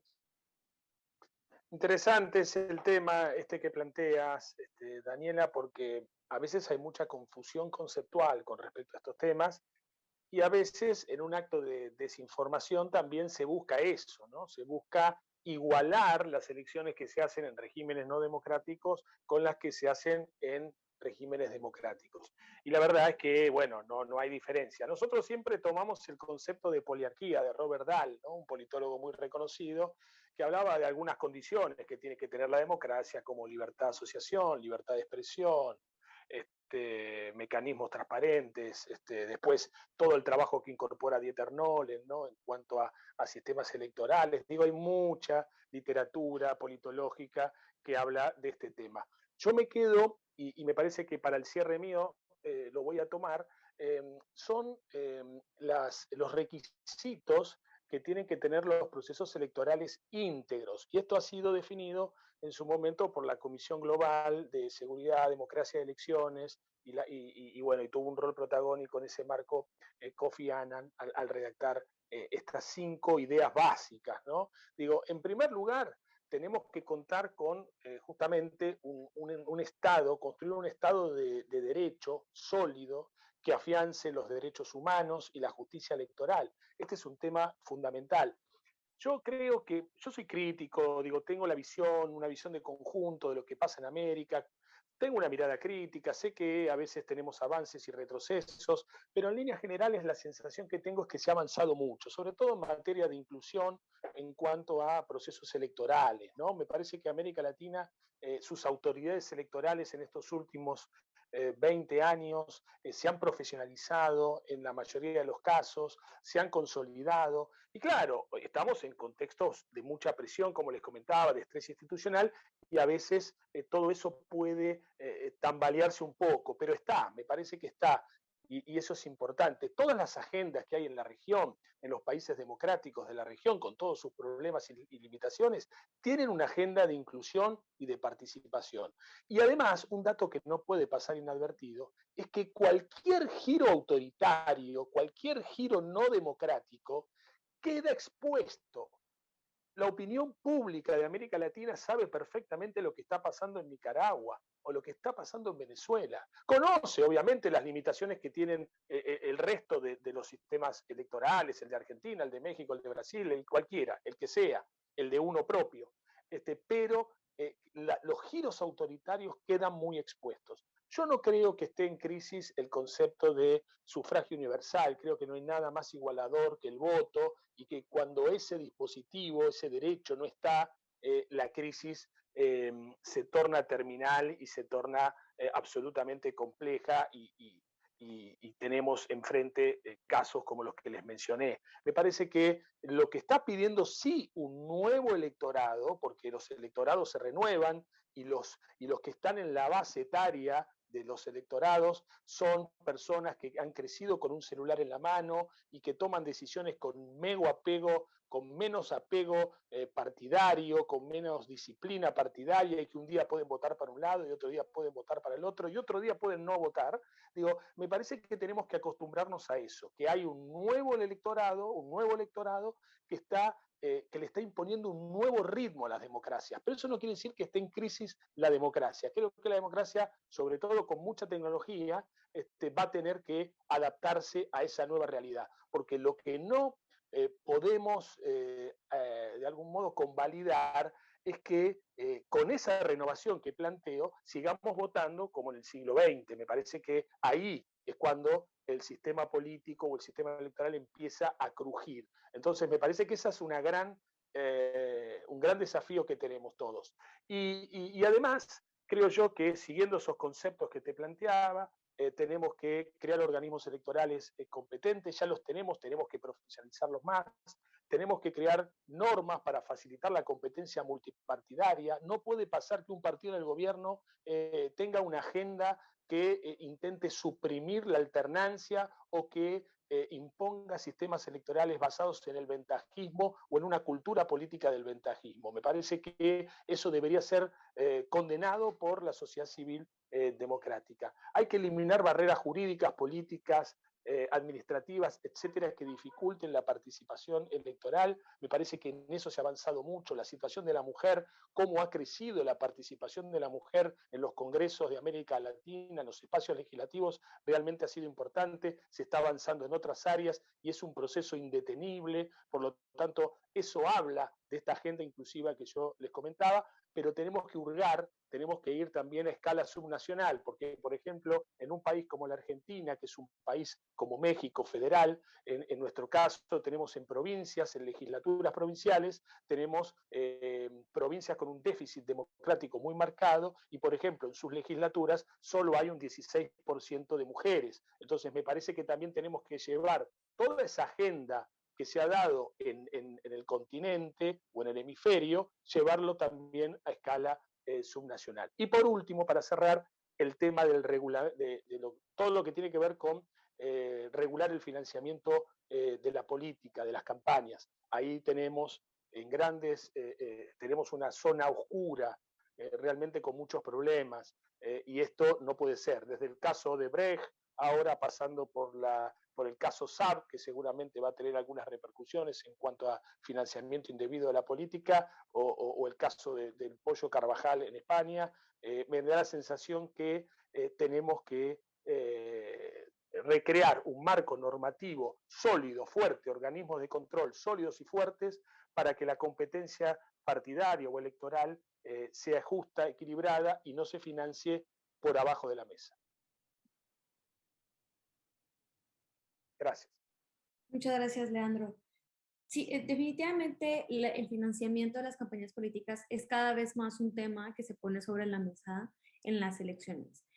Por ejemplo, en México ahorita se está presentando una reforma electoral que propone reducción al financiamiento de partidos, teniendo en cuenta que el partido en el poder, es decir, Morena, es el partido que más dinero tiene. O sea, triplica o más al financiamiento que tienen otros partidos y, bueno, disminuirle el financiamiento a los demás, bueno, a todos los partidos en general, lo que va a tener es un efecto negativo sobre los partidos más pequeños, pero al mismo tiempo es necesario controlar un poco hasta qué punto, hasta dónde tiene financiamiento, de dónde proviene, y por ejemplo, en muy pocos países de la región se mantiene este financiamiento público. Ya se está empezando a trabajar sobre una base de financiamiento privado, como un poco emulando el sistema estadounidense. Entonces, pues, ¿qué viene, no? Para la región. Todavía tenemos 10 minutos. Tenemos una pregunta desde hace ratito. Era, dice, ¿por qué creen que los electores rápidamente después de emitir el sufragio ya están desilusionados y manifiestan su rechazo manifestándose, supongo, cuando ellos mismos eligieron a estas personas? Me parece que Paola contestó que podría ser por la desinformación al ejercer el voto y porque recaen en una disolución de fondo, pero no sé si alguno quisiera retomar esta pregunta. Y otra pregunta que nos hacen es, el Latinobarómetro ha dado sus resultados y respecto a la democracia se ha visto que pues se ha disminuido el apoyo y se aceptan más las ideas de un régimen militar. Ante este reto, ¿qué puede hacerse concretamente en la región? Esas serían un poco, creo que las únicas dos preguntas que tenemos, sí. Entonces, pues les doy la palabra si quieren para que cada uno responda un poquito. Una intervención de máximo 2 minutos y de sus propias conclusiones del evento y ya lo daríamos por terminado. Entonces empezamos por Alfredo. Alejandra se tuvo que retirar porque, como vieron, estaba un poco mal de la gripa, entonces ya no podía más con su vida y estaba haciendo horas extras aquí, pero les mando muchos saludos y les agradeció a todas y todos sus participaciones. Alfredo, adelante. Mira, a la primera pregunta, es que aquí es donde se notan los cambios de época. Los gobernantes de hoy están cada vez más, incluso los recién elegidos, están cada vez más expuestos a lo que una cierta literatura ensayística llamaría cambios de humor de la opinión pública, cosas de ese tipo, pero están crecientemente expuestos a movimientos sociales, protestas, escándalos de todo tipo, y esto a menudo se pasa por alto, y al juicio que supuestamente las encuestas de opinión registran en materia de popularidad. Una caída de la popularidad registrada por estos instrumentos doxométricos que se llaman encuestas de opinión, produce rápidamente efectos. Esa es la razón por la cual hoy día, nunca he creído mucho en esas teorías, pero hoy día, francamente, yo creo que lo que menos existe hoy día son las famosas lunas de miel. Vale decir, se pensó durante mucho tiempo en la ciencia política de corriente principal, se pensaba durante mucho tiempo que un presidente recién electo tenía 3 meses de luna de miel con sus pueblos. No sé por qué 3 meses, no tengo idea. ¿Por qué no 4? ¿Por qué no 2? Arbitrario. Yo creo que, suponiendo que eso haya existido, cosa que yo dificulto que esa cuestión sea siquiera verosímil, a mí me parece que los mandatarios de hoy, los primeros mandatarios de hoy, pero también los primeros ministros en regímenes parlamentarios, son mucho más vulnerables que en el pasado. Muchísimo más. Está por los niveles de exposición en los que están. Y esos niveles de exposición tienen que ver con todo lo que les mencionaba recién. Y sobre qué hacer para hacer de esto una mejor democracia.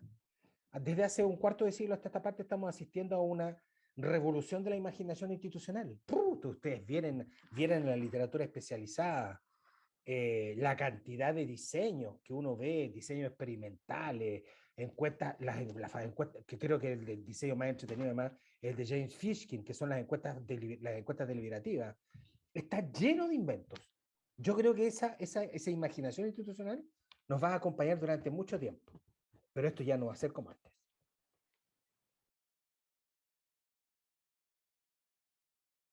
Paola, no sé si quieras tú decir algo con respecto a las preguntas. También creo que hay un factor que es que muchas personas votan en contra de y no a favor de. Es decir, voto por el candidato o candidata X porque no quiero que gane tal candidato o candidata. Entonces, en el fondo tampoco hay un convencimiento real de por quién estoy votando, una lealtad hacia quién estoy votando, ni el partido que está en poder. Entonces, me es muchísimo más fácil volcarme en contra, evidentemente. En cuanto a lo del régimen militar, es curioso porque, por ejemplo, acá, que ni siquiera tenemos un ejército, si bien los números son muy bajos de eso, pero ya ahora existen registros de personas que piensan que puede ser mejor tener un régimen militar que lo que estamos viviendo, y claramente eso va muy enfocado al descontento social y en el fondo creo que un descontento económico. O sea, las crisis económicas claramente pues premian a la gente y empiezan a castigar a la democracia, que por ahí es lo más fácil de castigar, ¿no? En un país donde podemos tener libertad de expresión, donde podemos hablar, pues empezamos a atacar a las instituciones y atacar a lo que más fácil podemos hacer. Pero, ¿por qué hay gente que empieza a privilegiar el régimen militar? Porque hay un descontento social y económico sobre lo que está pasando y creen que la vía es cambiar esa parte.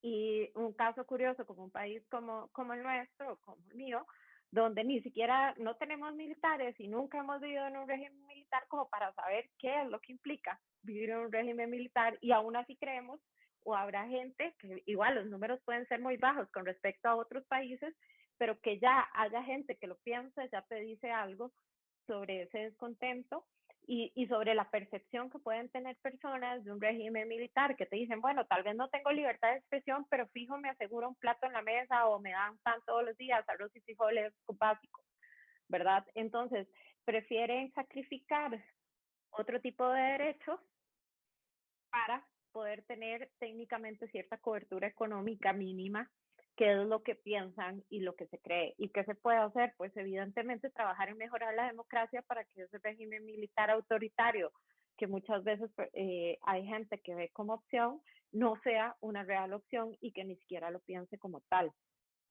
Nada más.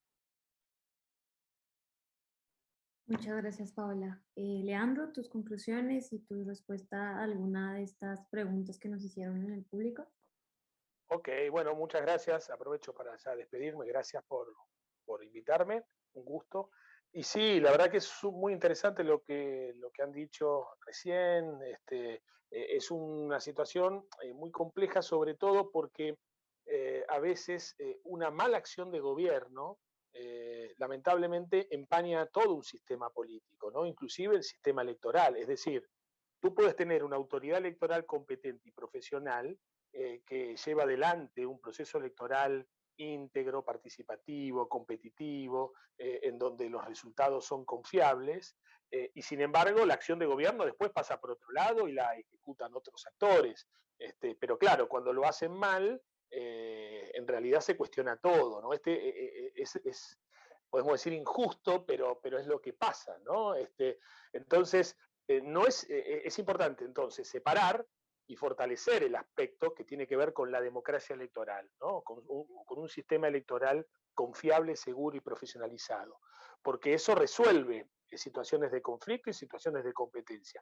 Y por otro lado, la sociedad, los partidos políticos tienen que asumir un compromiso en cuanto a fortalecimiento institucional, en cuanto a gobernanza electoral. Me parece que todos los aspectos que tienen que ver, tú lo mencionabas, con gobierno abierto, acceso a la información, rendición de cuentas, en algunos estados de América todavía son muy endebles, financiamiento de la política todavía es muy endeble y esto afecta a todo el sistema político. Y por otro lado, en estos escenarios altamente polarizados, lo que notamos es que la polarización es efectiva, es un instrumento efectivo para acceder al poder. Ahora, cuando uno está en el poder, no es un mecanismo para llevar adelante una gobernanza aconsejable, tranquila, efectiva. Por el contrario, traslada la conflictividad del proceso electoral a la acción de gobierno.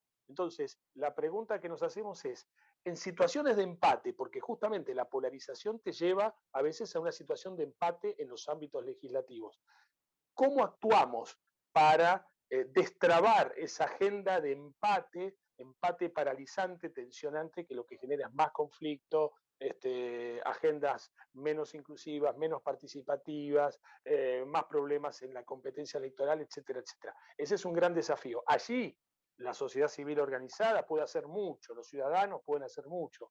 Organizaciones como Estrategia Electoral lo están haciendo, nosotros lo hacemos en la medida que podemos. Me parece que hay una sociedad en América Latina y un grupo de ciudadanos que permanece muy atento y trata de desempatar este desempate, podemos decir, poco aconsejable, que tanto afecta a nuestros sistemas políticos, cómo los podemos destrabar desde la participación y desde una agenda que rompa ese empate nocivo.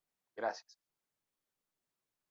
Muchas gracias, Leandro. Acabamos súper en tiempo. De verdad, muchísimas gracias a las y los ponentes por acompañarnos. Creo que aprendimos muchísimo, no solo como parte de estrategia, sino las personas que nos acompañaron están dejando como muy buenos comentarios en las redes. De nuevo, creo que las reflexiones son pertinentes, dado el contexto y dado lo que viene para la región. Y esperamos encontrarnos en un nuevo evento. Muchísimas gracias y que tengan una excelente noche. Hasta luego.